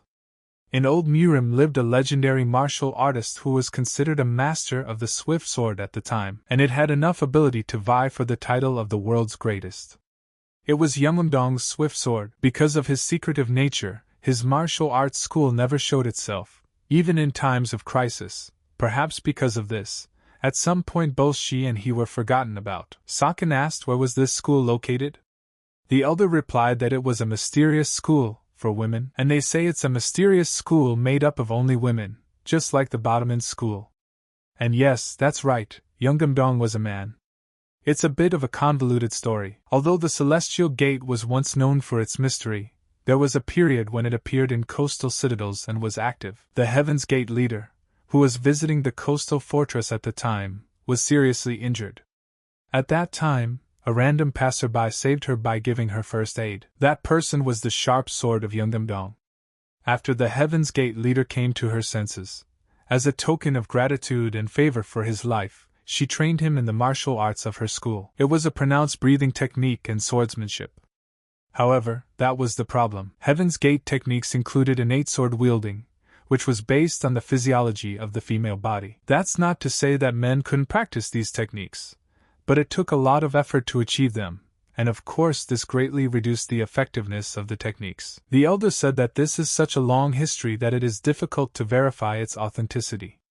However, it is said that because of this limitation, it is because of the swift sword of Yeongdong that this technique was improved and adapted. Saken asked him if that was why he said that this art was called by the name of Yeongdong. The elder replied that it could be said that way. Saken asked him how he knew this information. The elder replied that among the successive leaders of the school were those who lived in the same era as Heaven's Gate. It is said that he was a remarkable person because whenever he taught this technique to his disciples, he would mention the hostile Heaven's Gate technique. Since then, the discussion about the hostile swordsmanship came up whenever a swift sword appeared. So Shong was glad that he wanted to learn about the elder's martial arts skills, but he was fascinated by history. The elder asked him what he wanted to hear about his martial arts lineage. Seo Chong replied that yes, he had heard about the Dragon King's school. The elder said that, like the Heaven's Gate, the Dragon King's school is known for being extremely exclusive and only passes on its knowledge amongst its own, making it relatively unknown to most people. Saken asked, and if he didn't mind, could he ask about the techniques? The elder replied that of course. The school of the Dragon King strives to master most techniques, including the swift sword, sword of 1,000 blows, steel sword, and many more. Saken thought, isn't this place more like some kind of madness? Even if only a genius among them, ideally one or two had mastered the techniques. The elder said he understood his confusion. Such a reaction was natural. That's why the founders kept gathering people around them who had strength beyond that of a human. The Dragon King's school used this to surpass other humans and dominate the dragons. And in fact, instead of becoming a dragon, this school was aiming for transcendental power. So Shang replied that he understood, and thanked him for his answer. The elder said there was nothing to hide. Seo Chong thought and realized that if he had known, he would have asked much earlier. He asked, hadn't they said earlier that the techniques were being passed on to the disciples? Then why don't they slowly start taking disciples? The elder replied that he actually had a problem with that. Self-improvement requires a certain level of innate talent, making it somewhat difficult to master, and so he plans to choose a suitable person as his apprentice, and make him his son-in-law, and then train him in martial arts. The elder said, except that he gets involuntarily angry when he imagines some guy taking his lovely Xianhua away. Without realizing it, he begins to burn with a lust for killing. The elder asked the boy if he had something to say. Saken replied that no, nothing. And in his head, he wishes him luck and called him a troublemaker some more. Li told Mr. Soshong that a letter came from the Murim Alliance. and he hadn't read it yet, so Shang read it and thanked him. They asked him what was being written. The guy replied that a message had been received from Hainan Island. They promised to help, but there are some complications at the moment. They will send help when they have dealt with Waco. Li said that by leaving the Southern Sea, Waco began to cause problems in the Eastern Sea. So Shang thought that from what he had heard from Pang Man, there were few members of the Dark Heaven faction in the Eastern Sea. It was only natural that Waco would try to take control of the Free Territory. Li said it looks like he's going to be a while longer. Let him know if he needs anything. So Shang asked, the Golden Desire Trading Guild can't use the Yangtze River because of them either, right? Li replied that after the news spread that they had joined forces with the Dark Heaven faction, no one dared to mess with them. There was even a generous bounty on their heads, and that's why he's been cursing them 4 times a day lately. Will it have an effect one day? So Shang said that since they had time, they should prepare for a full-scale war. Li asked, what does he mean by that? So Shang replied that the territory of the 9 islets of the waterway was vast, so it was impractical to try to cover it all. But it is quite feasible to deal with individual centers. In Hubei, despite the location, is one of the places where the Mutant faction and the Shigaon family have no control. However, being built at the mouth of the Yangtze River, it was influenced by the 9 stockades of the waterway. And in the Yangtze River, Bekmakita Fortress is located. But suddenly a guy burst into the room and turned to the commander. He asked at once, what's the matter? The fellow replied that several hidden skiffs had been discovered near the watershed. What should they do? Cheetah asked, is it close? The guy replied that it was very close. Cheetah said that if they hid them, then someone was on them. Was anyone strange seen in that direction? The lad replied that a wagon had been spotted half a day's journey away, apparently heading north. He wouldn't say for sure since he was watching from afar, but some of the attendants looked like first or second class warriors. Cheetah said that was a good thing. Spending some time on the road will make them tired. Most likely to move at night, so let them take advantage of that to rob them. Guy asked the commander, didn't the head tell them to engage in looting if it wasn't necessary, but just destroyed boats so reinforcements wouldn't come? Cheetah replied that it was her orders that pissed him off. It's a clear act of defiance if they cross the Yangtze without their permission. If they just destroy their boats, they'll make them laugh.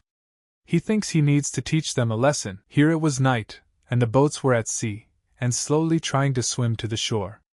But suddenly someone stopped them and told them to stand still. Guy asked them where they were going under the cover of night. On orders from their commanding officer. But suddenly all of a sudden the guy's boat collapsed, and he asked what was going on. Turning around he realized it was a trap. Sakin told his men that he would take care of them and let them sail on. The warrior heard that voice coming from far away. Turning around he saw that it was the voice of a guy who was very far away and he could hear him. The warrior asked, is this really their master? Sakin used his powers and thought, this is amazing. He destroyed the ship from such a distance. And it turns out he is definitely the master. The warrior looked and saw that this guy was on land. And so far away. Seo Chong immediately ordered his men to get started. The warrior started laughing and said they were a bunch of idiots.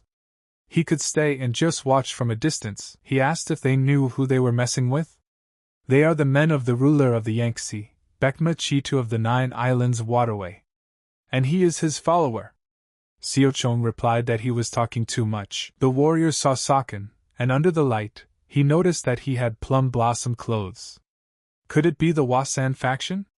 And this is a young expert of the Wasan faction? The warrior immediately hesitated and hoped that it couldn't be. If he was a young expert attacking with a distress wave from such a distance. The warrior asked him what his name was. Sakin immediately introduced himself. He became very frightened and threw himself off the ship. The warrior hoped this guy wouldn't chase them underwater, being one of the thrones of the higher heavens. But Seo Chong immediately used the finger of the purple dawn, and immediately sent her underwater to her enemies. And 10,000 swords followed. And with that, he climbed into the water, but was immediately attacked. But was able to dodge it. So Shang immediately grabbed his sword and pulled him towards him, but behind that, he immediately launched a crushing attack. The warriors thought, what on earth is that? How could he move like that underwater? So Shang realized that it would be difficult if he hadn't learned this technique in Hainan. Sakin decided that he needed to end this whole thing quickly. So he immediately knocked everyone out and brought them up to the ship. Seo Chong saw the pile of corpses and realized that this follower of Baekma Chitu was surprisingly shrewd. He didn't expect that he would be able to escape at that moment. Saken found people on the ship who were still alive and told them to take him to Baekma Chat. They immediately agreed and replied for him to rely on them. Saken said that he spared them both instead of just one because that way they could be collectively responsible for each other's joints. Did they understand him? The warriors said that they had memorized everything. At this time, one of the warriors came out of the water who had fought with So Shang and followed to the head. The warrior told the commander that they are in big trouble. A sword god is heading to their alliance. Chitu asked with surprise, the god of the sword? Where did he come from? The warrior replied that he didn't know.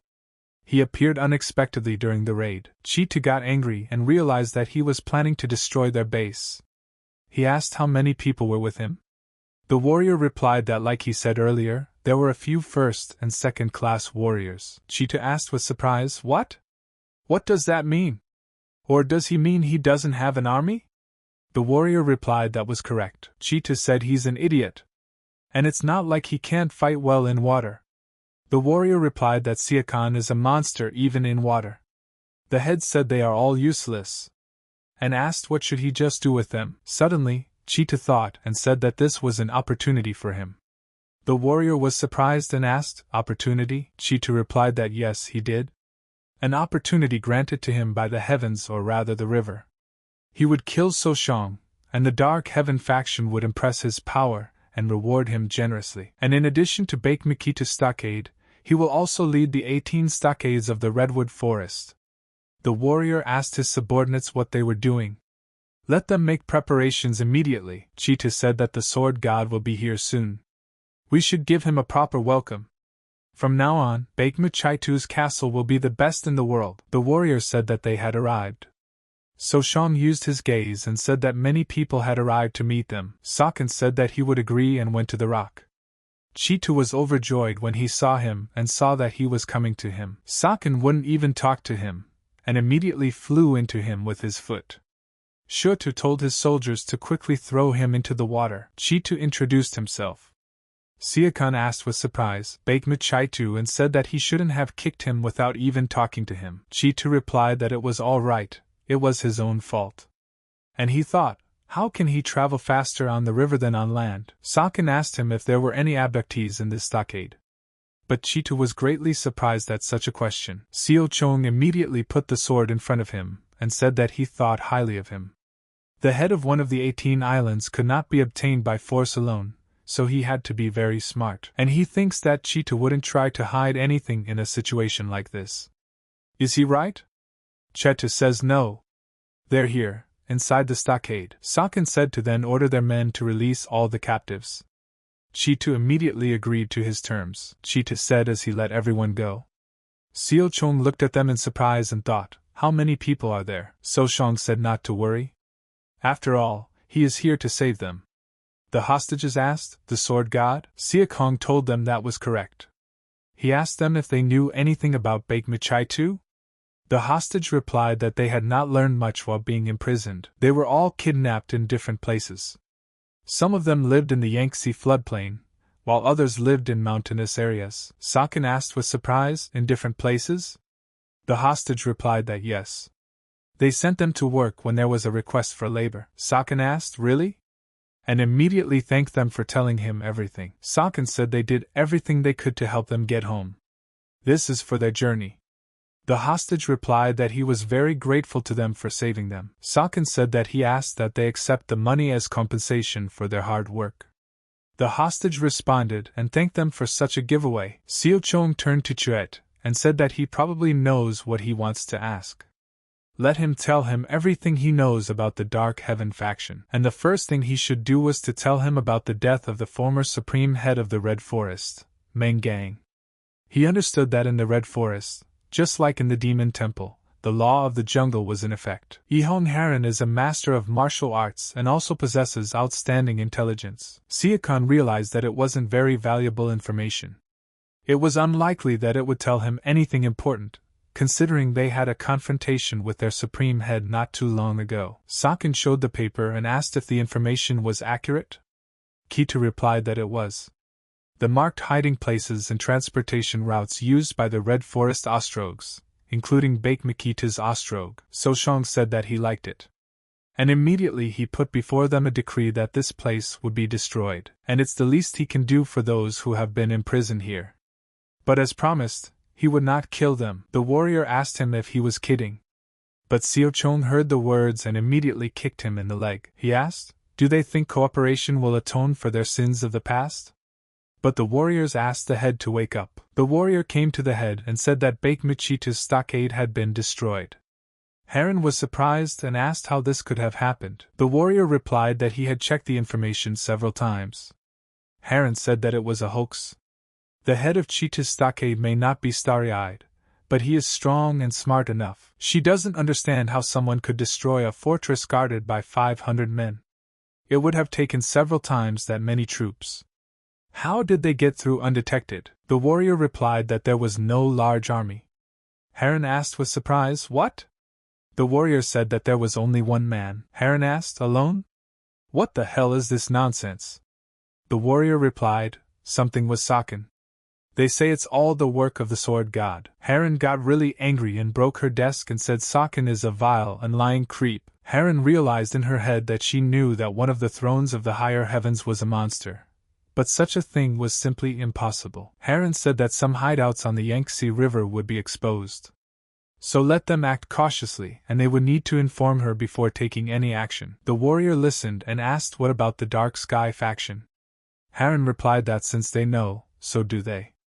She would soon let them know what to do, so let them just wait. Lee got the news and started laughing, saying those wet rats. And they finally got what they deserved. The blacksmith also replied that it was really good news. Lee said that right. Round-trip travel is more expensive than usual, and when you also have to pay an outrageously huge toll, it's heartbreakingly painful. Lee raised his hands and started shouting, "Long live Chu So-shong who rid them of those bastards." And what a nice sound it made. At this time in Hunan at the Murima Alliance's temporary shelter, the servant told the general that they had safely hidden the wealth of those bandits. The strategist said that it was finally possible to breathe a sigh of relief.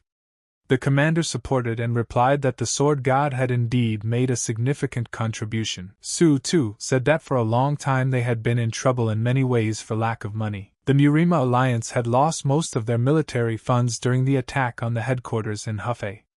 So they received help from the Gold Guild, but they were already in debt. The commander got angry and said that the fat man was so greedy.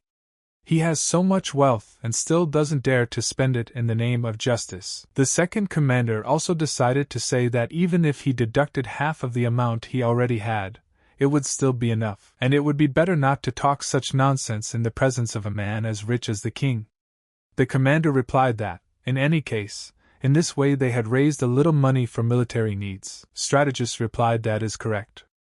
They will be able to pay for restocking and compensation, and right now, they will just observe the movements of the 16 Redwood Spearmen and the Dark Skies faction, and afterward, they will once again consider the plan of action. Heron gathered her men and said that they must have already heard that the White Horse Island fortress had been destroyed, and if something like this happens somewhere, whether it is a green forest or a water forest, the responsibility should be taken by the owner alone, but also by those lower in status. Celestial Sphere told the Lord that they needed reinforcements.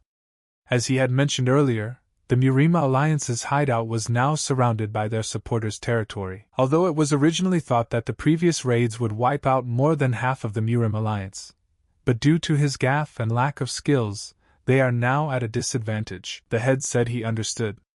And he needn't feel guilty, because the ghosts of the past were more persistent than they'd realized. The head said for him to use the reserve troops to strengthen their forces. The Celestial Sphere replied that he understood, but suddenly the stranger turned to the people of Murim, as they know the world of Murim is unfair. Regardless of the presence or lack of talent or effort, they were turned away and discriminated against for not having martial arts skills. But if they join the Dark Heaven faction and swear allegiance and prove their abilities, they will receive the appropriate price for their efforts. People have asked, is the talk of being taught to master ascended martial arts true? The guy replied that he had heard that people were actually making progress in it. After all, it is also a form of martial arts, and they promote beliefs that they need to excel. But in the Murim Alliance and these tech schools, no matter what achievements they make, they still won't be taught what they can be taught now in the Dark Faction. The guy replied that it was a shame, of course, to lose the Murim Alliance, but it was an opportunity that could never come again. After all, the Heavenly Sphere said that there should be no leaks in the orthodox and unorthodox factions, so the process of transmitting ascendant martial arts is complicated. But here, in this faction, it is not necessary. Talents should be paid at the appropriate level to strengthen the collective strength and provide motivation. And attracting disillusioned martial artists who are tired of the hypocrisy and unfair discrimination of powerful factions is not such a difficult process. Celestial Spheres said that especially for those who have nothing to lose, that's the most suitable. So Shong thought that the information they had gotten from the White Horse Spearmen about the hideout hadn't yielded much. Their own had already used the connections to get rid of them. Salkin said that he needed to prepare for war first, so he needed to go to the Alliance headquarters first. The head saw So Shong and told the Sword God that he was glad to see him. He had done a great job over the past few days, and he was indebted to him again. Seo Chong replied that he was just doing what he thought was right, and he hoped the treasure of the White Horse would be of at least a small help to them. The strategist said they used the stolen goods to help the White Horse victims. The rest will serve as military assets, and he wished he could tell him more, but right now he wanted to talk about a more important matter. So Shong said to tell them what happened. The head replied that if they read it, they could surely understand the problem. It came from the Ice Palace of the Northern Sea. Salkin thought, why? Or could it be that the North Sea Ice Palace was also a problem because of the lack of food? He decided he would read it first. The strategist said that the North Sea Ice Palace had asked for help, and they say, even in the North Sea, everyone suffers from severe food shortages due to years of heavy snowfall and cold waves. The North Sea Ice Palace discovered the cause of the abnormal climate by accident, using all sorts of means to solve the problem. So Shong said that the letter states that the reason for the sudden cold snap is the Dharma treasure. The strategist said that during the palace expedition, a legendary Dharma treasure and calamity items that could make even the atmosphere freeze were discovered, and the Lord of the Northern Sea Ice Palace tried to destroy it. But unfortunately, due to lack of strength, it failed. And so they asked for help from the masters of the Murima Alliance who have reached the highest heavens. If he helps to get rid of this problem, they promise that their palace will also take part in his war and generously help the Murima Alliance. And the Lord of the Northern Sea will personally lead the palace elite and act to forgive the Dark Heaven faction. Salkin said that this promise is on behalf of the North Sea Ice Palace and its believer. And in the midst of the war with the Dark faction, the head said that, however, they had promised to march with the elite of the Ice Palace. And yes, their squad would be led by none other than their lord. The strategist said that the combat skills of the North Sea warriors were usually noticeably above average. In addition, according to the records, martial artists of the White faction once fought against them and lost. And the most frightening thing is that because of the average climate, they couldn't use their power properly. The head said that, however, he agrees with the Sword God. It's helping someone now is a huge risk. And it doesn't matter if he refuses or not. He can answer confidently, and he doesn't feel pressured because he plans to propose to the unorthodox faction. Salkin realized that he would still have to go as a result, and at the moment, he's the only one who can go to the North Sea Ice Palace. And should he take such a risk and borrow the power of the North Sea? Or should he stay here and prepare for war? So Shong said he would go. The strategist asked, really? The head also asked if he was sure. Traveling across the Northern Sea wouldn't be easy. So Shong said that when he reaches a high skill, cold weather is not a problem. But on the contrary, he would like to ask him, would everything be alright in his absence? The head replied that of course. After all, they can't just rely on him for everything. As the leader, he would make sure that the allied troops were protected so that the Sword God could go to the Northern Sea without any worries. Sakon said that because they say that, he feels more confident too. The strategist said that since it's settled, and suggested we talk about something else. And this is more of a cautionary tale than a fictional story. Everyone basically assumes that the Dharma treasure is the cause of climate change. The head asked, What does he mean by that? Is he saying it could be a trap? The strategist replied that no. Since the Northern Sea is right on the border that the mind monitors, the Dark Sky faction will not be difficult to touch, and therefore the letter from the Northern Ice Palace can't be false. However, what worries him is that their assumption might not be correct, and the fate of the North Sea Ice Palace is at stake, so they must have checked everything several times. Still, there's no way to know for sure. The strategist said that the women in the Ice Palace are just as strong-willed as the men, so they are more likely to honor the agreements. But if they ask for help with something else, or demand to stay longer, he must refuse them decisively. And what he should do is destroy the Dharma treasure and then return, mobilizing the power of the palace. So Shang said that from Hainan Island to the North Sea, only the deprivation of distress. He ordered Soren to tell the headquarters that they would follow the orders of the Merchant Guild and Che Gal Sung while he was away. Saken thought, as for the rest, Mugug will take care of the guild. He also owes a debt to the Unorthodox Alliance, so he'll be out of the area for a while due to circumstances. So Shang said that he would need to ask for more information about the Northern Sea.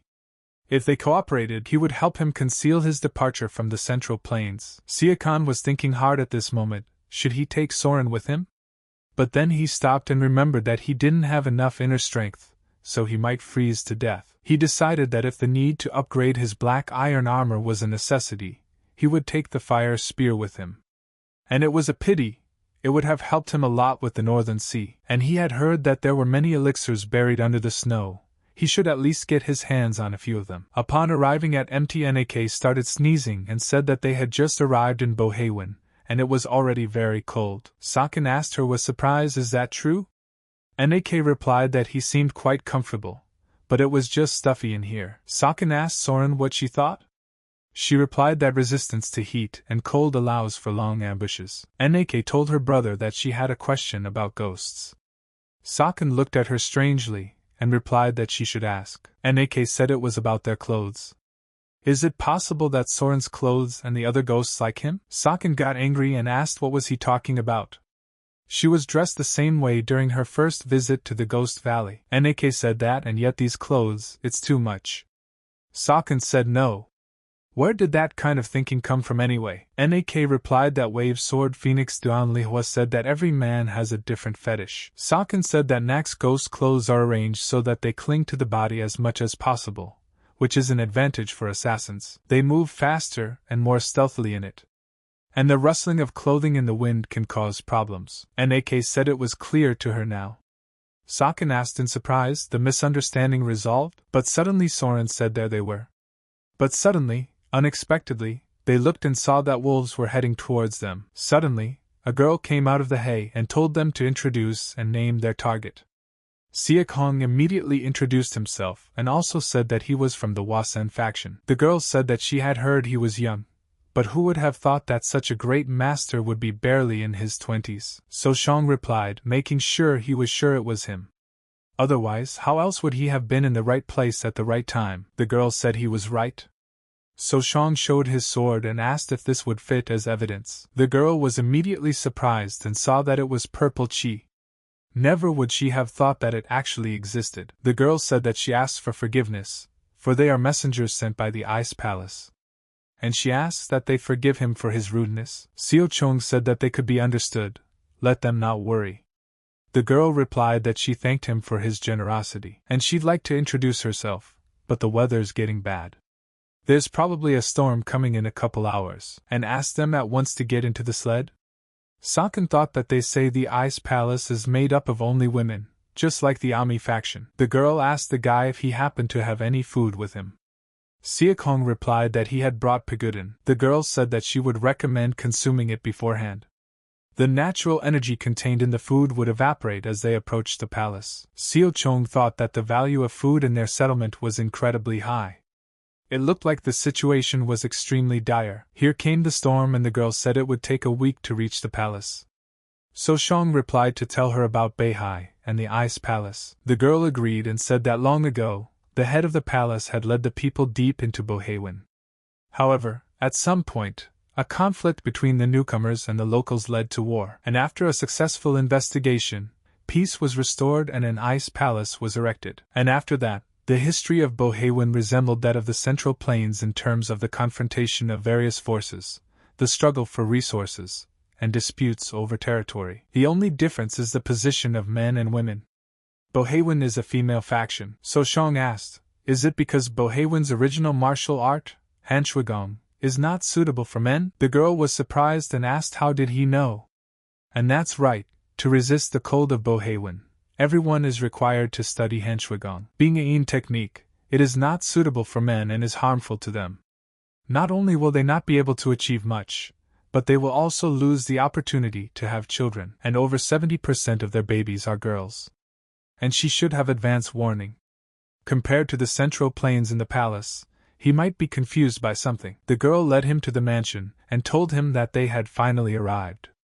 Seo Chun immediately looked at them and saw that the atmosphere here was heavy. The girl said that since the rations had been reduced some time ago, everyone was on edge. Especially since it had been decades since someone from the Central Plains had visited the Ice Palace. But suddenly, Socken suddenly smelled the odor of blood along the way. He told Soren to be on the lookout. Entering the Ice Palace, head Nan Akpi said she was the head, and Raju to receive such important guests. Socken was greatly surprised, for she was younger than he had thought. He thought Nan Akpi was an old woman in her 60s, and she's just like Quan Dong Jae. Seo Chong says he'll meet her honoring her for him. And he's a disciple of the Wasan faction, and one of the thrones of the higher heavens. But the guards immediately told him to show respect in front of the head of the palace. Akpi answered her that it was all right. He is one of the thrones of the higher heavens, and a master of the Wasan faction. It's only natural to act arrogant, and she thanked the sword god for accepting his request. Socken replied that there was no need to thank him, they were only helping each other. Akpi told him not to worry. Once the Dharma treasure was destroyed, he would lead the best warriors of the Ice Palace to fight against the Dark Heaven faction. So Shang replied that he understood. In that case, he suggested that they get on with it quickly. Akpi said that in order to do so, they would first have to defeat the tribes of Bohewin surrounding the treasure. But suddenly, So Shang sensed something and said that the deal was off. Akpi replied that many martial artists had been here during the last attack of the Central Plains. Akpi said there were other treasures here. Would he be interested in such a thing? Seo Chun immediately turned around and looked at her. Socken said that he had listened to her, but he would go back if there was something she was hiding again. Akpi replied that of course and swore on the name of the Palace of the Northern Sea. And as he had already realized, the North Sea was suffering from starvation caused by the abnormal climate. The disaster began with a glacier that is 10,000 years old. Socken asked, "Eternal snows?" But legend has it, Nak asked with surprise, the glacier is 10,000 years old? Akpi replied that it was a treasure created by the very nature of the Northern Sea. Cryolite feeds on negative vibration and hardens like an ice crystal. If an ordinary person or a warrior tries to absorb the energy of cryolite, the soul of a person freezes to it. However, for those who practice Hanshwagong martial arts, it is more valuable than any treasure. And as a result, masters in the Northern Sea who have succeeded after years of practice can utilize the ice cover. Nak said that if it was something so magnificent, wouldn't it be better to find a way to use it rather than destroy it? Akpi replied that this issue is what created the current situation. And as they can see, a 10,000-year-old glacier has enough energy to even change the climate around it just by appearing. It is not something that the human body can withstand.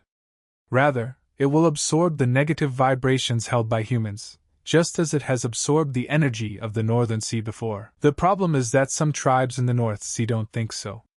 Socken said that's what they meant. One thing he realized was that she wanted him to take part in the civil war. Akpi told the sword god that there were people in this palace who just wanted to solve this problem as soon as possible. If they gave him a helping hand, not only would she move forward with an army against the Dark Heaven faction, but she would give them a reasonable reward. Not only the army, he also promises to financially support the Murim squad. If they want, they can decide after they see the compensation. Socken thought that they had prepared something so attractive that he couldn't resist it. So Shang thought it over and said he would accept the offer, and that he would be paid up front instead. Akpi replied that it didn't matter. Since there is still plenty of time before all the troops are gathered, he can feel free to spread out and learn the techniques he needs. And with the exception of Hanshwagong Palace's martial arts classes, he would be given the necessary annals to study. Seochong replied that there were 4. Akbi told him that he appeared to be very greedy for someone at the top. Seokian again replied that he was 4. Akbi said she had no choice. He could choose 4 volumes from the archive at his discretion and finish them for payment. People asked, didn't the sword god have a desire for material things? He was answered that the head said he was greedy. Akbi said that's great then. They've decided everything with him. And he will be provided with 4 volumes by Bajra. Descending into the dungeon, Sakan asked, is this marble too? Akbi replied that no, it was ice. Sakan thought in his head that this is amazing. This is a palace that Ganyaji would like if he saw it. Akbi said that according to the research, it was due to some inscriptions on a stone slab under the palace. Seokhong asked in surprise, a slab? Akbi replied that unfortunately, she didn't know all the details either. Since she was too old, and could destroy the foundation of the palace, the true story had not been given even to the owner. Walking down to the palace, they were greeted. Akbi said he was here to pick up something. Have them open the door. Akbi said that there was no time limit, but since she had duties as the head of the palace, still, she hoped he would make up his mind as soon as possible. And besides, let him remember that once the final choice is made, he can reverse his decision. So Shang said he was in full agreement. He thought he would choose everything according to the request. So Shang took the book and said there are so many entries. But he kept on reading all the books. Akbi came to him and asked if he had finished. Seo Chun took the books in his hands and replied that it had been a while, and asked her if she could lend him her personal training room for a while. He would like to warm up a bit before going to war. Arriving at the gym, Sakan was glad that he could finally make up for the missing parts of the techniques. The plum part is more of a warm-up exercise than a martial art, so power hitting. So Shang conceived that the power of the force increased at the moment of impact. As before, if one used an uninformed amount of power, it would overflow. This martial art is created similar to citadels, prevents excessive energy consumption, and teaches one to exhibit maximum strength through proper luck. If you compare this to a river, the first method is closer to calm. The striking area is the part of the waterfall that goes downhill. So Shang started practicing all the time and didn't stop at this kind of thing. He decided on this method of practicing energy distribution. After directing the energies to a certain area, all you have to do is hit it hard. The next step is to learn to strike in the order of fist, elbow, shoulder, and forearm. Sakan realized to himself that this could be considered training for half the achievement. He must be in harmony with his body and mind. This is followed by small and medium steps.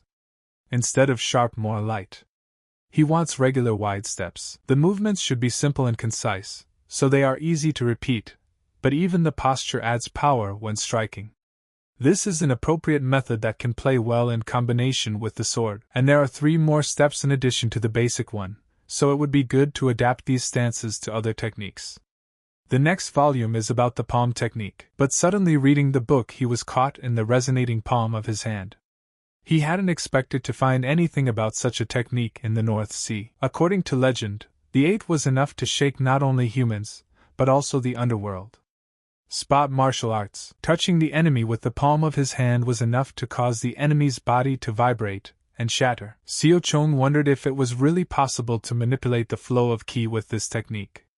In principle, it was similar to the Qing Qing sword of 72 swings. Sakan decided that the resonating palm was a bit tricky. 5 days later, the girl thanked the sword god for his work. The girl said she was sorry to tell him this right away, but if he was ready, they should set off. Akbi met him and said she would get right to the point. The perennial ice crystals are located on the north side from the ice palace. The problem is that traveling is never easy, because in every direction except the palace, the forces of the North Sea are at work. There are about 3,000 soldiers in the palace. More than 500 people will remain to guard the palace, and about 2,500 soldiers will be divided into the first and second groups. And the advance squad would consist of about 500 elite warriors. She would appoint him as her second in command.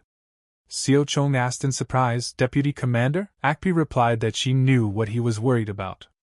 No matter how high his status, her people might question orders from an outsider, especially a man. Sakan said he understood. Akpi replied that there was nothing to worry about. This country is also a place of martial arts. It is a world where strength is the law, and there's no need to worry about using a rather harsh method in case of non-compliance with the order. She will send a guide with him. She's the best guide in the North Sea, so they won't get lost. On the way, Nak said the weather was awful. Seo-chun said it's chilly outside. And seriously, she's not cold at all? The girl replied that Hor said the middleman was only wearing a winter suit when he left. The girl said that couldn't be it. There's a cave just an hour from here where you can make a pass. Let them hold on a little longer. They would get to her soon enough. Sakan asked if she was okay. Nak replied that she was a little cold, but she was fine, and let her feel free to speak up if it was difficult. Nak asked, even if she did speak up, what would it change? Sakan turned back around and thought it was faster than he thought it would be. She said it was okay to be a little rough. He just needed someone to spar martial arts with. Sakan asked if there were any complaints. The girl replied that even if she spoke up, would anything change? Sakan replied that the blizzard was very strong, so it was better to go into the cave and talk first. The girl came in and asked him what his grievances were. He said to let her know if it was hard, but she wondered what good it would do. Seo-chong thought that if he wasn't wrong, she was the strongest after the head of the North Sea and the first inspector of the North Sea. Dong Seolren. Ren said that unlike the people of the plains, the uninhabited people in the Northern Sea don't speak out loud even if it's very difficult for them. Nak drew her sword and said that they would have to answer for what they had said. Sakan stopped her at once. He asked Rin, isn't it natural for a warrior from the plains to struggle with the icy cold? Yet she goes and fights against the cold of the Northern Sea. And what's more, let's not forget the exceptional abnormal climate. And most importantly, she did not complain and never once said that it was difficult for her. Sakan told Ren that if she didn't respond properly, he would take it as an obvious argument. Then he would have to punish her for insulting him. Ren asked with surprise, insult? He says strange things. How can a man from the plains consider himself in charge here? And the only one above her is the king. So Shang said that since he was appointed second in command on the order of the Ek Queen, could that be taken as a sign that she was putting him above her? Ren replied that he was good at using his sly tongue. Nak got very angry and decided to confront her. But Si-chun stopped her. Sakan said that he just needed someone to set an example, that he shouldn't be provoked. Let him follow him. Ren said that even if he's only a sword god, it could be a serious problem. The Central Plains aren't as harsh as the Northern Sea.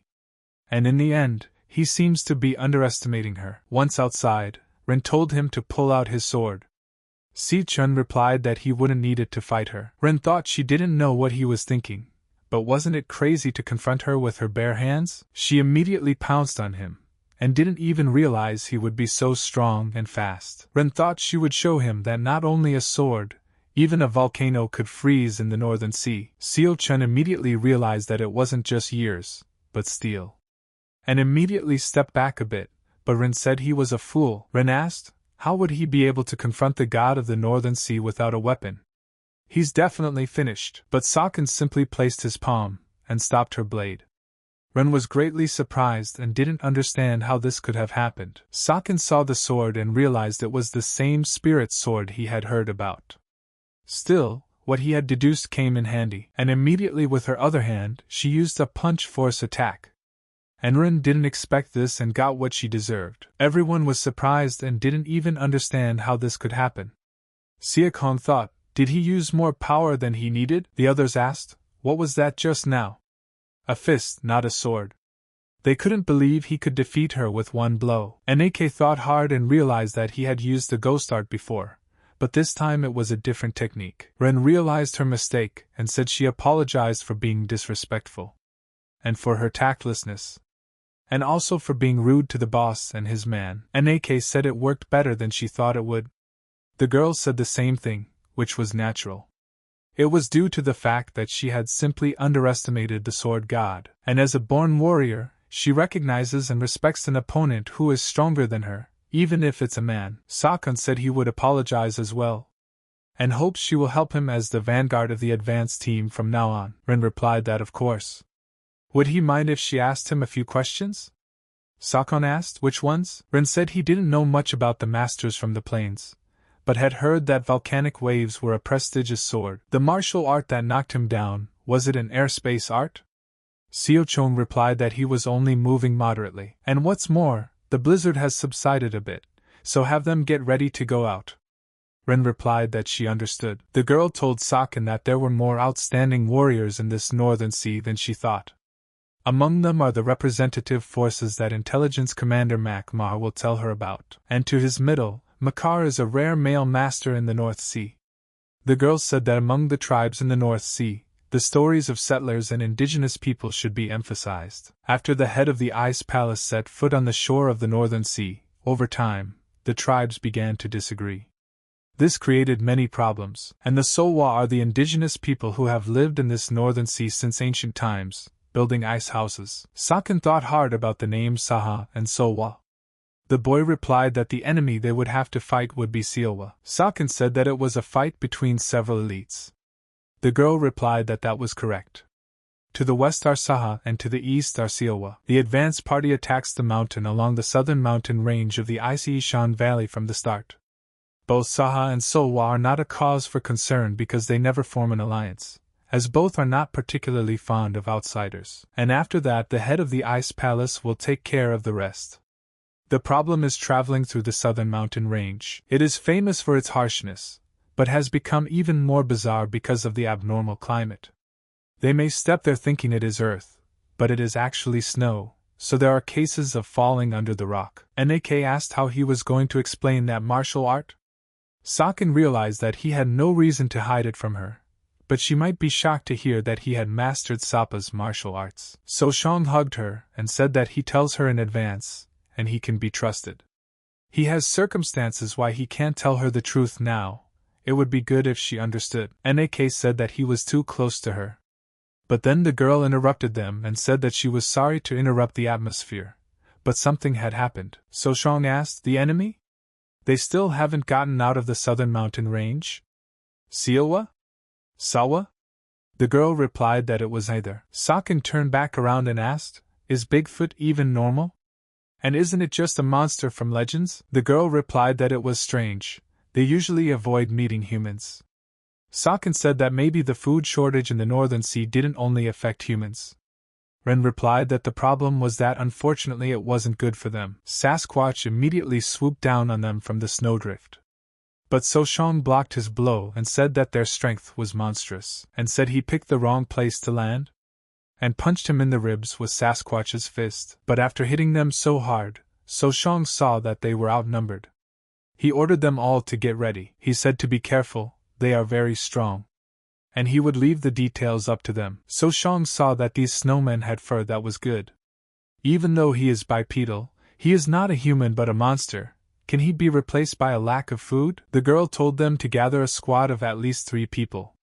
And their skin seems to be very hard. At the moment of the battle, the warriors began to say that their sword was stuck. Saken replied that they should not worry and use martial arts. Ren said he has a resistance to ice energy. Are the snowmen coming in so hard that they've gone insane? Saken realized in his head that this was a problem, and immediately launched a crushing attack on his head, and knocked him out with a single blow. Soshong said that the ice energy does not seem to work, let him focus on life-important places. And besides, they don't need to overdo it.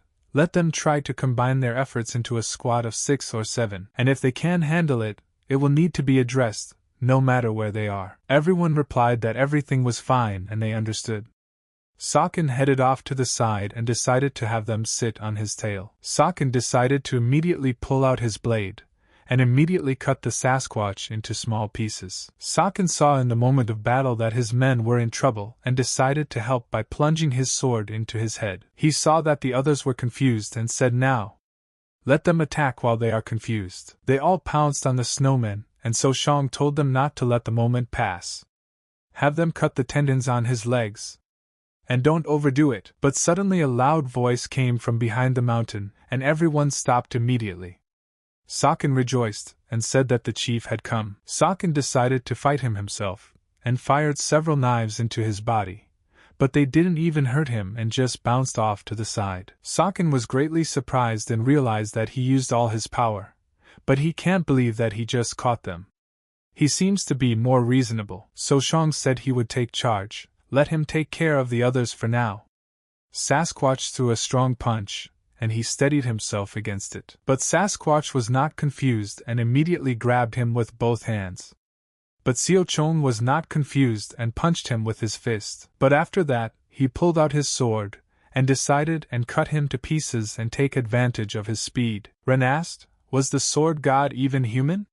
Siakon turned to the head of the scouting party. How many did they miss? The head of the reconnaissance squad replied that about 30 had escaped. Siakong said it was no big deal. He said to skin their carcasses and then separate them into fur and meat afterward. Ren replied that she understood. Saken walked over to the main one and taking the knife said that if you think about it, it should definitely be around here somewhere. Saken searched inside him, and when he found the orb, he told him what he had found. And told Soren to keep it with her for now. And when he says she must and will absorb it, Saken realized in his head that he was going to assign this to Naxa. But it hadn't been long since she had absorbed the spider's energy. Saken asked the warriors if they could take that much fur with them. Unfortunately, they don't have much time for sewing. The girl replied not to worry. A day would be enough for them to take care of the skins. Saken asked how long it would take them to reach Solwa tribe. The girl replied that they were almost there. All that remained was to descend. Saken rejoiced, and said that the only thing left to do was to wait for the other remaining groups to arrive. And let them get ready and get on their way. People along the way said it was so cold here. They asked if it was because they were near a glacier, and Rin replied that it is also a notorious place in the North Sea. Captain Soren said that the advance party was fine. Unlike the main squad, they have less food. Because of the cold, their speed is a little slower. The girl told the captain that now was not the time to worry about it. But suddenly a few wolves felt the blood they saw. The elder said they were Soha's wolves. Finally the head of the ice palace appeared. She asked what was the size of their army. The girl replied that there were about 2,000. The elder asked that she said 2,000? Shouldn't there be more? 500 would be left in the palace, and the remaining half would be with the sword god. So there's only an elite squad here. The elder said that the 1,000-year-old glaciers belonged to Soha. Akpi met with them and told her man that she could send a signal. The elder told the Ice Palace warriors to show their strength. This is a battle to the death. But the inhabitants of the mountain were still shamans. The scout turned to the lady shaman. The mistress said that it seemed their battle had already begun. The mistress has ordered her children to make ready to depart. While they are fighting, they, the source of the sea, will go to the valley to fetch their mother. But suddenly the shaman asked the mistress if there was something he could ask. The mistress replied that he should ask. The shaman said he was concerned that they didn't take them into consideration and started a battle amongst themselves. The lady asked what he thought was a trap. Madam said there's nothing to worry about. The Sasquatch will deal with the ones they sent. And that way, that's where the Yeti are going. The shamans told the mistress that, as she was always right.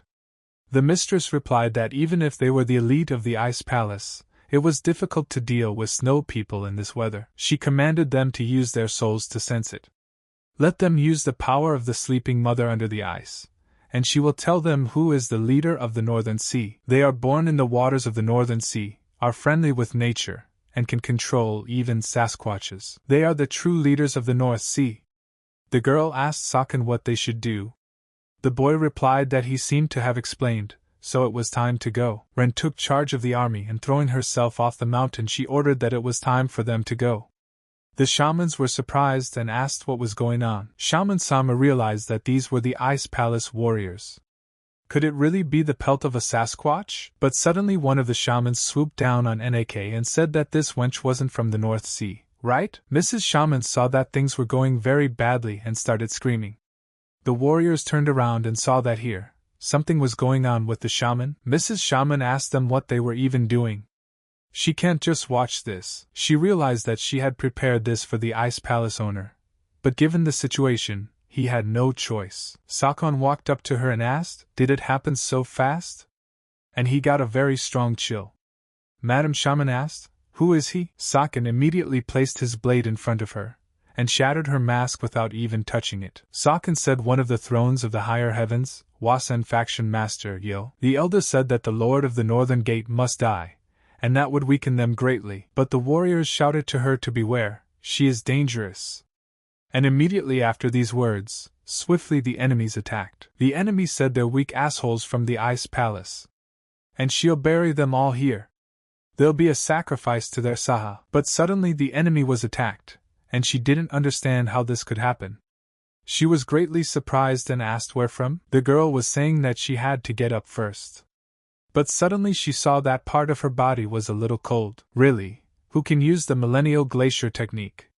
Nan Akpi is totally in on it. Akpi came up to her and finished him off immediately with a single blow. The elder saw this and shouted to Onodora. The commander approached the head and thanked her for being so helpful. But Akpi replied that it was not worth it. Akpi said that they are going to destroy the ice cover, with the sword god on their side.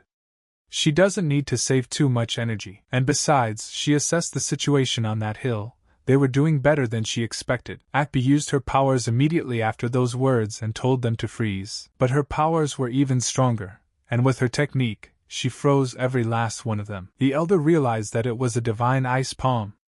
Akpi told them to attack. She was waiting for them. The commander also said for her men to immediately start following orders. The elder saw that she had lost, and told her people to retreat. But at that time Saken looked at the mountain, and realized that things were even good there. Saken immediately realized that apparently they were doing well. But suddenly he heard the shamans telling them to retreat. But she looked around and saw that things were bad. So she went immediately to Solwa the shaman. Saken said for them to stop, and just give up already. Shman got really angry and asked, "Give up? What else is he talking about? Didn't they emigrate here?" she asked. "Strangers that trampled and plundered the land and sea inherited from their mother." Saken looked at her, and said that some of her hatred was too strong for someone who looked so young. The girl told him that she was not young at all. It is not certain, but the shaman of the Solwa people is at least 40 years old. Saken asked with surprise, 40? He had of course been told that shamans and sorcerers aged slowly. But is this some kind of sorcery? Come to think of it, so did the head of the Ice Palace. The shaman said that he couldn't believe that she was borrowing the strength of the Central Plains to gain victory in the Northern Sea.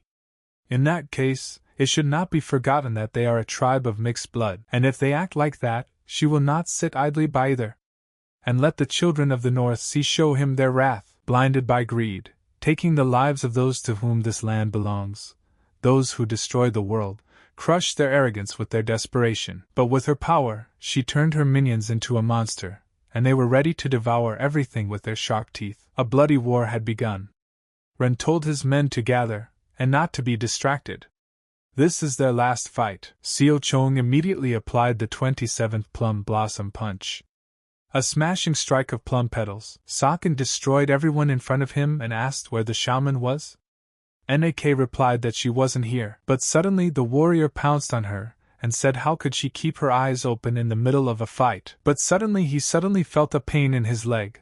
Looking up he saw a small man stabbing him with a knife. Soren immediately pulled out a knife and cut his leg open. Nak saw that she had saved her, and thanked her. Ren shouted to the others that the shaman wasn't here. Suddenly, Saken looked around and said that he had found her. He said the shaman was going lower down to the glacier.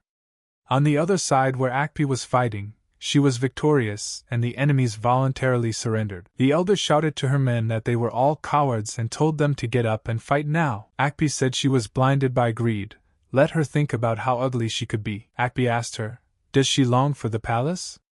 After all, it is warmer there than any other place in the Northern Sea, and in her heart, she wants to welcome the people of the North Sea into the main palace.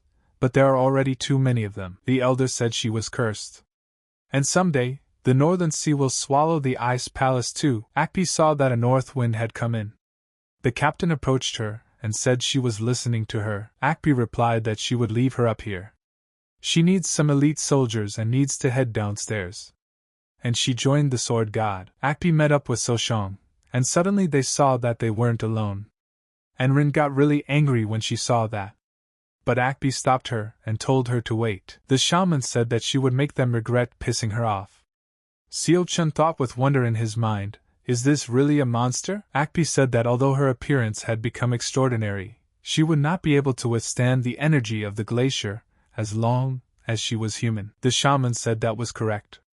If she's human, but after saying so loudly, she started to enlarge and transform. Nak looked at her and asked in surprise, a turtle? But no, surely it must be Henma? Soshong saw that it was worse, Bohewin, and the black dragon. The king of the seas. Seeing the dragon gate of the southern sea, he wondered if there were other sea kings. He can't believe it. The shaman is the dragon king of the North Sea. Akpi told her people to be careful. The ice is collapsing. Saken knew in his head that he needed to deal with her before she devastated this region. Saken immediately engaged her in battle, but Dragon immediately attacked with a foot strike on the ice. But suddenly, Soshong saw that this dragon could still even attack with fire. And when he saw that, he shouted to his men to dodge, but she didn't attack everyone. Her initial target was Akpi, but she resisted her attack and stood still. At this time, Soshong swooped down on her, and immediately launched a powerful attack, and finished this once and for all. Saken notices that the eternal ice crystal is inside, and he needs to get it out to finish it off. Akpi looked into her eyes and told her that she needed to teach him manners. And attacking her, he ordered her to bow. Akpi struck the dragon and she immediately fell into the ice. She said that was how one should look at the head of the Bohewin Ice Palace. Everyone was greatly surprised and asked, did they even need them here? The commander reported to Saken that he had searched the area nearby but couldn't find the shaman. Saken said that, and it looked like that monster was the shaman. Akpi walked up to the dragon and showed that she seemed to be swallowed by the eternal ice crystal. Soshong said that was a pity. He had a question about the Dragon King of the South Sea. Akpi asked, the Dragon King of the South Sea? Saken asked her if she didn't know. Akpi replied that she had never heard that the shaman was a descendant of the dragon. Bohewani has a long history of folk beliefs, but it was no surprise that she had turned into a dragon. Seo Chun thought with surprise that it was nothing surprising. Akpi said that if there were questions, they could be asked of the prisoners. There were more important things to do now. Akpi looked at the dragon and saw that it had a diamond inside it that glowed strongly, and was visible to all. Saken said that was correct. Akpi replied that his skills would be more suited for that. Let him destroy the eternal ice crystal. Soshong said he understood. When they arrived at the palace, the warriors began to say how warm it was, and how beautiful the weather is. Long live the sword god. Soshong said he guessed it was warm for Bohewin. The warriors asked what should they do with the prisoners. How about trading them for provisions? But one of them said he was against it. Demanding food in times of famine will only invite criticism from other tribes. But suddenly one of the shamanesses said that these were dragon scriptures. Saken asked in surprise, dragon scriptures? The girl replied that was correct. It is a type of magic originating in ancient times. For many generations they relied on the prayers of their heads and shamans for sustenance, and some of them turned into dragons and even controlled storms. The magic they left behind is called the dragon writings. Soshong said he understood everything and thought, wasn't the South Sea Dragon King just a human? He dwells in an underwater cave. He is strong both physically and in terms of martial arts. He did not see the dragon palace in Bohewani, but the shaman obtained this power through magic. Suddenly it occurred to him and he thought, what about the dragons of the eastern and western seas? It would take something incredible to surpass human limits, and even if it meant giving up humanity and becoming a dragon. Soshong asked how he could see the dragon scriptures. The shaman replied that only the shaman knew the details. Siakon thought that if you think about it that way, even the shaman had not been able to fully master the dragon scriptures, and also by turning into a dragon, she lost her ability to communicate. But what a shame, too. Akpi told the sword god that being the head of the ice palace, she thanked him sincerely. Once they had sorted out the internal matters, she would lead their troops to the central plains. Saken asked if he could ask a question. Akpi replied that of course. He asked how old is she? Madam replied that she is 77 this year. Soshong said that she didn't look her age at all. Akpi replied that Henshwagong can slow down the aging process. But in some cases, the embodiment of the mind also affects. Exceeding their limit, some women gain absolute power, and their bodies and minds become frozen. Saken asked if her heart was frozen. Akpi answered that yes. Emotions such as the 5 desires are no longer inherent in them. And right after the words about killing the heart, he thought of Soren.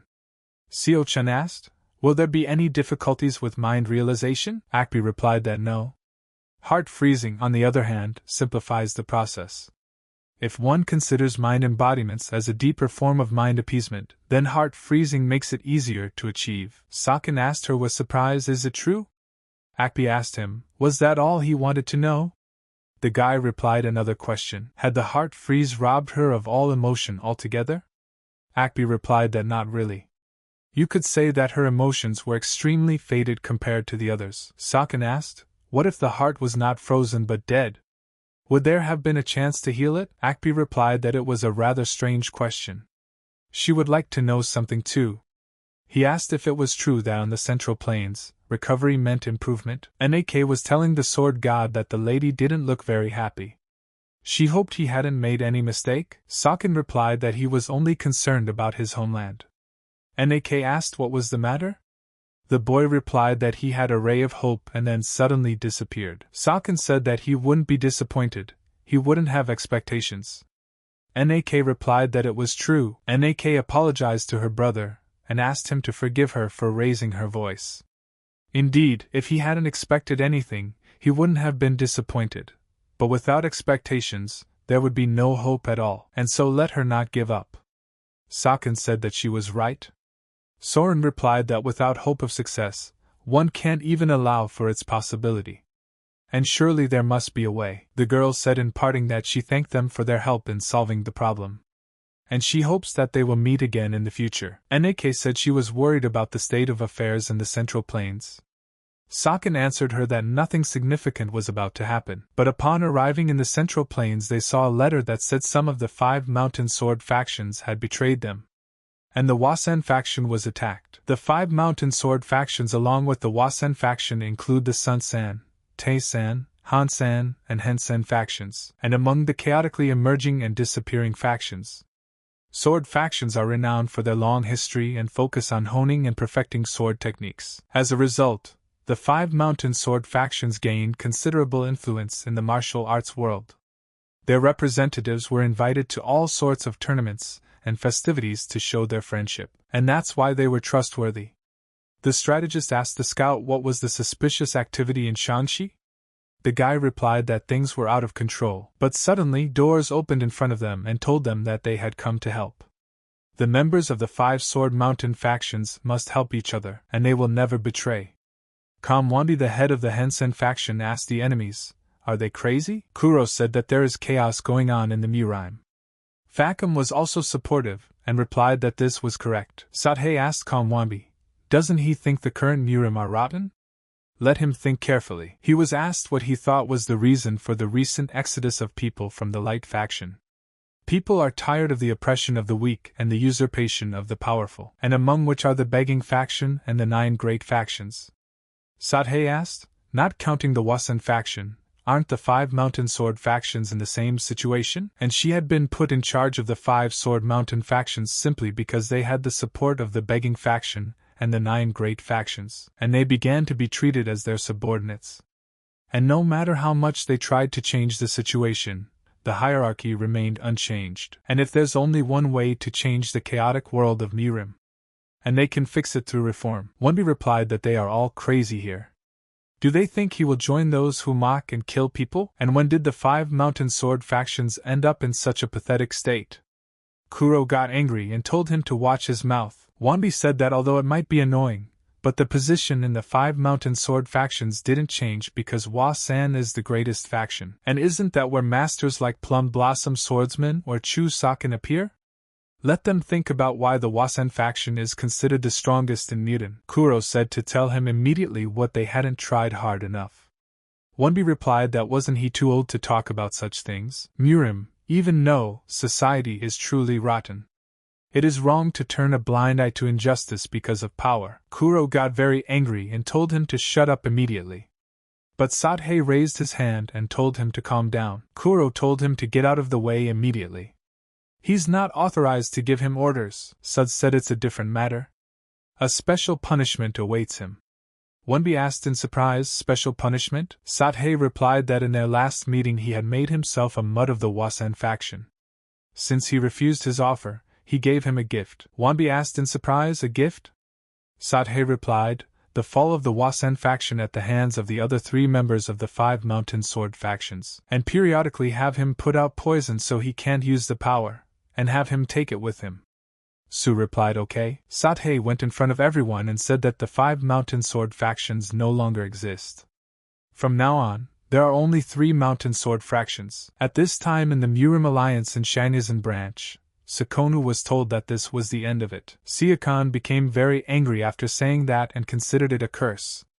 Given the past, it was expected that the Hansen faction would betray, but he never thought that the Sun-san and Tae-san factions would do the same, and the future had changed so much. So Shang told the head of the branch to inform headquarters of his arrival. But only the headquarters. The head replied that he would do it right away. Seo Chong immediately stood up and said that he had somewhere to go, and he hoped Master was okay. NAK meets her older brother, and tells him not to worry, and she's sure he's fine. Saken said that the strength of the Sunshan, Tae-san, and Hansen factions is above average, so there's a lot to worry about. Saken immediately grabbed her, and told her to speed up immediately. He took Soren with him as well. At this time in Wasan, a kid was saying that the betrayal of the 3 mountain sword factions had happened, but the elder said it happens. But the other part of him asked him what was so funny. The boy replied that it was funny because of the absurdity of the situation. The elder thought in his head that he was impressed. Straight to the point, and despite his considerable growth over the past 2 years, he feared he was still too young. He's a born leader. The boy asked Elder Vi how many people they had. Elder V replied that it was about 600. The boy asked, how many does the enemy have? The elder replied that it was not yet known exactly. The guy got up and said that, and yet it was too early to despair. We have to act smart. But in the Murim Alliance, the head received a letter and said it was a betrayal. And even in the 5 mountain sword factions, the commander said they were too relaxed. The second commander replied that they expected only a small number of factions to betray. Monk asked, how much further will the reputation of the Murim Alliance fall? Starteg replied that fortunately, the Hensen faction hadn't betrayed them yet and the Zhongnan faction had rushed to their aid. And how long can the Wasan faction last? Isn't their current leader too young? The commander replied that he was, however, already a plum blossom swordsman. The strategist said that probably by this point, the 5 mountain sword faction, no, even the 3 mountain sword faction had already subdued the Hensen faction, and they're headed for the Wasan faction. They will not avoid it or surrender. Wanbi said it's a head-on battle. Is there any honor or conscience left after betraying the light faction? But suddenly out of the blue, they saw someone heading in their direction. Taesang said that it was expected. Kuro also replied that they used the same trap against the celestial sphere Saken had told the kid a few years ago. In the future, he won't always be able to be present in Wasan, and they need to prepare a plan in case of an attack in his absence. Kuro remembered all those days and said that wide acceptance, comfort for fools. It won't work on the 3 mountain sword factions, Kuro said, to prove that the Sunchang faction is inferior to both the Shaolin and Wasan factions. But suddenly all of a sudden from the ground someone attacked his ally. And Kuro immediately destroyed it and saved the guy. The warriors were greatly surprised and said that it was unbelievable. He is truly a great master. And he is so fast, Kuro asked. Didn't he say that they would resort to subterfuge? But after saying that, the rest of the attacks started coming out of the ground. Everyone was surprised and Kuro was quick again, and was able to save his comrades. But after that he turned to Sunga. Kuro shouted to the Wasan faction and said they were all cowards. Shame and disgrace on them for life. Fakum also said that instead of a fair fight, they hide and watch. The head of the Sunchan faction is absolutely right. Sathei asked, are they that afraid of them? Have they seen them? This is the real face of the Wasan faction. They fear the 3 mountain sword factions will destroy their head's pride, so he hides behind all sorts of devices. And it's shameful to believe such people and follow them as the leader of the 5 mountain sword factions. This battle is aimed at righting the injustice. Keel Sam got very angry and said they were all bastards. He would come down and teach them all a lesson. But suddenly the girl stopped him. Kolsam asked her, does she want him to put up with such nonsense? The boy replied that his brother is right about everything. But their father came to them and told them to be quiet. They're all going to be found out. The man asked the guy, does he ignore Senior Soshong's warnings? The guy replied that he would shut up. Then we should immediately prepare for the next attack. The warriors immediately shouted another trap. Sathei said they're scattered everywhere. And there are traps everywhere, so let them move as carefully as possible. Sathei realized that he never would have thought they would be held back by such traps. And it really pissed him off. But Sathei handled the traps and seeing the sunset said it was so late, and we should take a break. But suddenly the earth began to move again. The warriors became very frightened and asked what was happening. What is there ahead of them? But one of the warriors said it's not like that. They are all in the back. Sathei saw the tree and replied that it can't be. He immediately ordered everyone to get down immediately. Suddenly that tree suddenly broke and fell. After this, the warriors began to fight back, for attacks began to send arrows in their direction. At this time, the influential kid was sitting in the room and opened the window and asked, is someone calling him? I wonder how the Wasan faction is doing? And yes, cleverly she had thought of that. The girl had told him that even if it slowed the march, the activated traps needed to be disarmed. And in such a case, traps hidden in the ground are better used as a distraction, so that mechanisms disguised as trees go unnoticed. Poison Phoenix came to the conversation and said here were the materials they asked for. The guy immediately thanked them, but suddenly the guy started laughing and said he couldn't believe they were helping him so hard. Finally realized how impressive mechanisms can be. And he's so overjoyed. At this time, a great many people died on the battlefield from their traps. Kuro asked what were their losses? The guy replied that there were about 300 people, including the seriously wounded. Voni told Kuro that it wasn't too late to give up. The guy got really angry and replied to shut up. They will never surrender to cowards hiding behind mechanisms. Fakum replied that them hiding instead of fighting directly proves that they are afraid of them. It was exactly what they were seeking, that they should retreat. Sathei replied that he was in complete agreement. There was nowhere else to retreat to. Suddenly the leader saw the doors start to wobble, and he said, here they come. Sathei immediately rushed in with an army and shouted that the Wasan faction would die today. The head told his men to kill them immediately. But suddenly more guys ran up and told them to wait for them. The warriors said they were behind us. And this is called an ambush. The 14th Honorable Swordsman is also here. They came at them from the rear. Who's the coward here? The Wasan faction began to launch strong attacks on them, and they weren't even afraid of their deaths. The boy told the warrior to let the others handle it. Their first priority was to capture the Smiling Blade alive. The man said that they say his sword is the best in the 5 mountain sword factions, but it is quite mediocre. Kuro replied that he was a complete weakling who couldn't even wield a sword. The man asked in surprise, a weakling? It would crush his swordsman pride. The warriors saw that their head was in danger, and tried to save him. But the head replied that they should not protect him, but the manuscripts. Fakum at this point pounced on the man in charge himself, and told him not to look down on him. The head defended himself and saw the 12-stance technique of Taisen being used against him. It allows him to destroy the opponent's chi, and the cost of chi is enormous, but the skills of faction head Taisen will allow him to last long enough. And of course speaking, one must avoid direct hits. Sathei stopped his own and asked, where is the head of the Wasan faction? Suddenly Wyron came out and said he was here. Sathei said that regardless of his age, it was shameful for the Wasan faction head to be so afraid. Wyron replied not to stoop to cheap provocation, traitor. Sathei asked, how dare he look down on them? And no, they weren't always like this. And he'll start by tearing out his haughty eyes and kill everyone but John Mock. But suddenly, he saw a bloody iron blooming sword come out to defend the chapter. And a smiling blade. The blood iron blossom sword told the head to beware of the sword style of the perishing plum sword with falling petals of the Hansen faction. And it was designed to resist the sword techniques of the Wasan faction.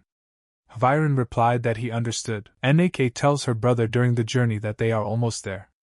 And she asks him, a little slower. Seo-chun realized that Master couldn't hide in a situation like this.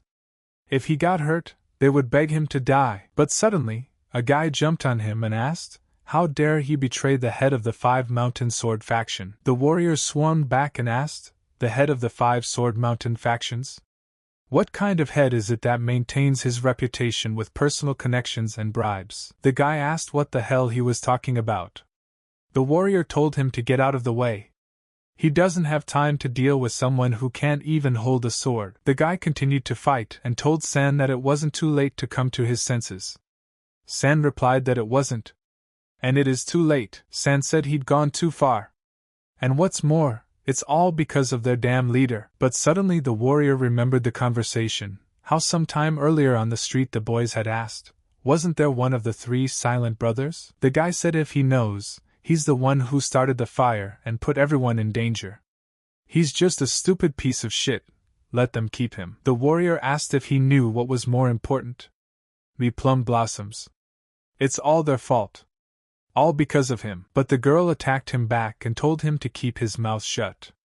But the warrior missed badly and saw that he was wounded in the arm. The girl said he was just trying to shift the blame for his mistakes onto others. And that's the worst thing he could do. But it didn't end there. The girl lashed out at her enemies and told her enemy that it was not his fault that he had stooped to such a thing. The squad leader thought that, as expected from the Wasan faction, they believe in their sword to the last. The girl said that no matter how hard they try, there's no way to get out of the Wasan faction's shadow. They've been treated like pawns of the Wasan faction all along. Does he even know what it's like? Sathei shouted back and said, what do they even understand?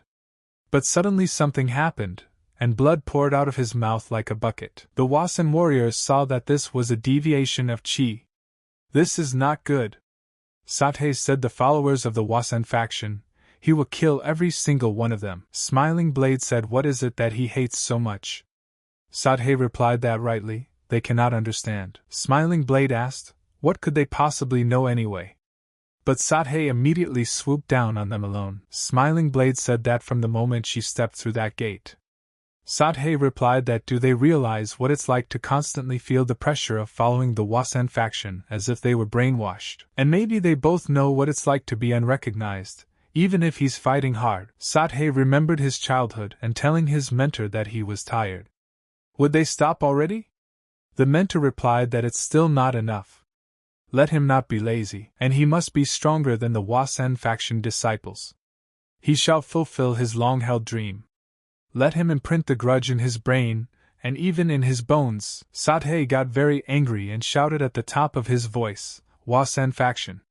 Smiling Blade said she found everything. Kuro was fighting in the meantime, telling his enemy that he's pretty good for an inconsiderate guy. And he had a proposition for him.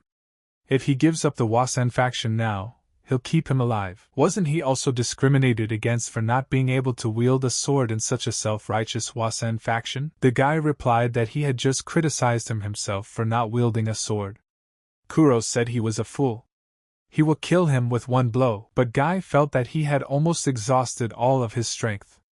And that's a problem for him. On the battlefield and without that power disparity, the guy realized there was nothing he could do about it. He must sacrifice himself for the others. Kuro told him to show off his best stabbing kick already. But all of a sudden someone suddenly happened and he was stabbed into the ground by someone. Everyone was greatly surprised. Soshong smiled and said that he apologized to him. He was a little late. The warrior said he couldn't believe it. They were suffering because of them incompetent fools. But now, that's the end of it. The guy replied that they are all cowards, nothing more. They should be ashamed as a prestigious political faction. The warrior said it was for them to say.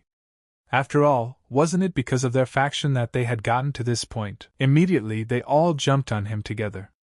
The guy realized it was bad. He didn't have much strength left, but at the same second, Nek came in and jumped on them all at once. The warriors were surprised that the girl could handle them. Nek asked the guy if he was okay. He replied that he was fine. She asked him if he knew where Hong and Soun were. The guy replied that they were that way. Nek immediately followed them. The guy then thought, if Seo Wool is here, then Si-chun is here too. Sakin asked the elder if he was alright.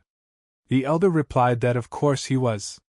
Sakin said he wanted them to talk about the current situation. The elder replied that he would tell everything. Sakin listened and asked, where is the teacher now? The elder replied that if he wasn't mistaken, she was upstairs guarding the head of Chan Wyron. The warrior said for them to ignore everyone else. Let them capture you, Jongmak, by all means. Smiling Blade was attacked and seeing the daggers asked who they were. Let them be named. The warrior replied that it didn't matter what dirty tricks they went for, but it was necessary to capture Yu Jongmak. Smiling Blade realized that they were after her, not the chapter. She immediately ordered them to protect the chapter. Smiling Blade decided she was going to run and drag everyone behind her so they wouldn't pounce on the head. But in a moment she saw a blade flying at her, and she immediately repelled it. What was that attack just now, she thought? She turned around and saw that she was surrounded. She thought, as before, that their attacks were not targeting vital organs. In that case, these people. Smiling Blade immediately used her strong attack, and with a single strike, she attacked everyone. The warrior said with astonishment that it couldn't be. How did she fend off attacks with such ease? How had she done it? Smiling Blade said she really was. She asked them, "Are they from the dark faction?" The warrior replied, which wasn't surprising since she was Soshong's teacher, and she appeared to have guessed quickly. Smiling Blade said they didn't come for her head, and there is no intent to kill in their attacks. With that in mind, they're thinking of capturing her and using her as a hostage to blackmail her apprentice, Soshong, the warrior said as she realized everything so quickly. Smiling Blade looked around and saw that she was completely surrounded by enemies. Smiling Blade realized that they were indeed from the Dark Heaven faction, and each of them is a master of their craft. Smiling Blade told them that it wouldn't be easy. The warriors saw her blade and became frightened because she was a Wasen faction master. Smiling Blade said to make them remember, she would never be an obstacle for Soshong. The warrior immediately ordered his men to capture her even at the cost of their lives, and let them remember the words of the celestial sphere. But the others saw that the sword god had come here.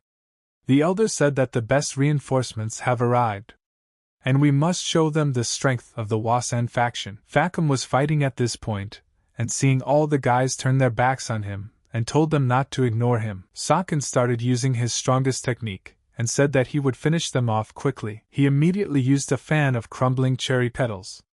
Soshong told Elder Vi that he would leave the rest to him. Fakum saw Saken leave and thought, why was he relieved? Once again, he felt that he was inferior to someone from the Wasen faction. Vi saw the enemy begin to execute and asked what broke him so much. Is it an inferiority complex rather than a thirst for fighting? And in that case, it was only a matter of time before this warrior reached his limit. Iron Blossom Sword at this time was fighting Sathei, who was getting closer and closer to the chapter time after time. Sathei was ready to kill her at one go. But suddenly the head protected her and stood up against the enemy. The head asked him, did he care so much about being the best? Was it important enough to set aside long-held beliefs and sacrifice more of his followers? After all, comparison is the end of happiness and the beginning of unhappiness. Sathei asked, did not the warriors themselves start this comparison? And the very rank of Murim warriors is based on martial arts skill. They established these ranks, those who stand above the rest. In a society where everyone fought for happiness, the competition was so strong that it was hard to even breathe. Isn't that arrogance? And how are they different from the demonic cultists? From those who believe that power is everything? But suddenly, Sathei just missed the attack, and the head was surprised to realize that this rejection of chi energy had intensified. Sathei said he curses them all, and the entire Wasen faction. And he curses the Murim. The warriors at this time said that truly, she is the master of the smiling sword. But this is the end of their battle. He promises that he will not harm them if he follows him. Smiling Blade said that she would not be a burden to her apprentice. The warrior said that was enough and ordered her to be captured. Suddenly Saken arrived and asked, do they even realize who they are pointing their sword at? Seo Chun looked around and said they were finished. He immediately set about destroying anyone who threatened his teacher. Soshong asked the teacher if she was hurt. The teacher replied that she was a little tired, but as he could see, she was fine. Saken rejoiced greatly and said that it was a relief for him. But suddenly turning around he saw the enemy releasing a help signal. The warrior said that the moment Saken appeared, the mission failed. However, the goal was achieved. Saken thought, what does that mean? The mission had failed, but the goal had been accomplished. The teacher came over and apologized for interrupting his musings, but she was worried about Wyron and the elders. Saken replied that he was worried about them too. He suggested that he should go and help them quickly. V told the head that they had captured over 500 men from the 3 mountain sword factions. Viren asked, what were the casualties on their side? V replied that there were about 200 people, including those who were killed or seriously injured. Elder Unjin is now treating the injured. V said they should be comforted by the relatively low death toll. Viren asked what about the heads. The guy replied that Opazel Kuro died at the hands of Saken, Tae-san committed suicide, and Cho Suthi died from chi instability. Viren asked, how are the negotiations going?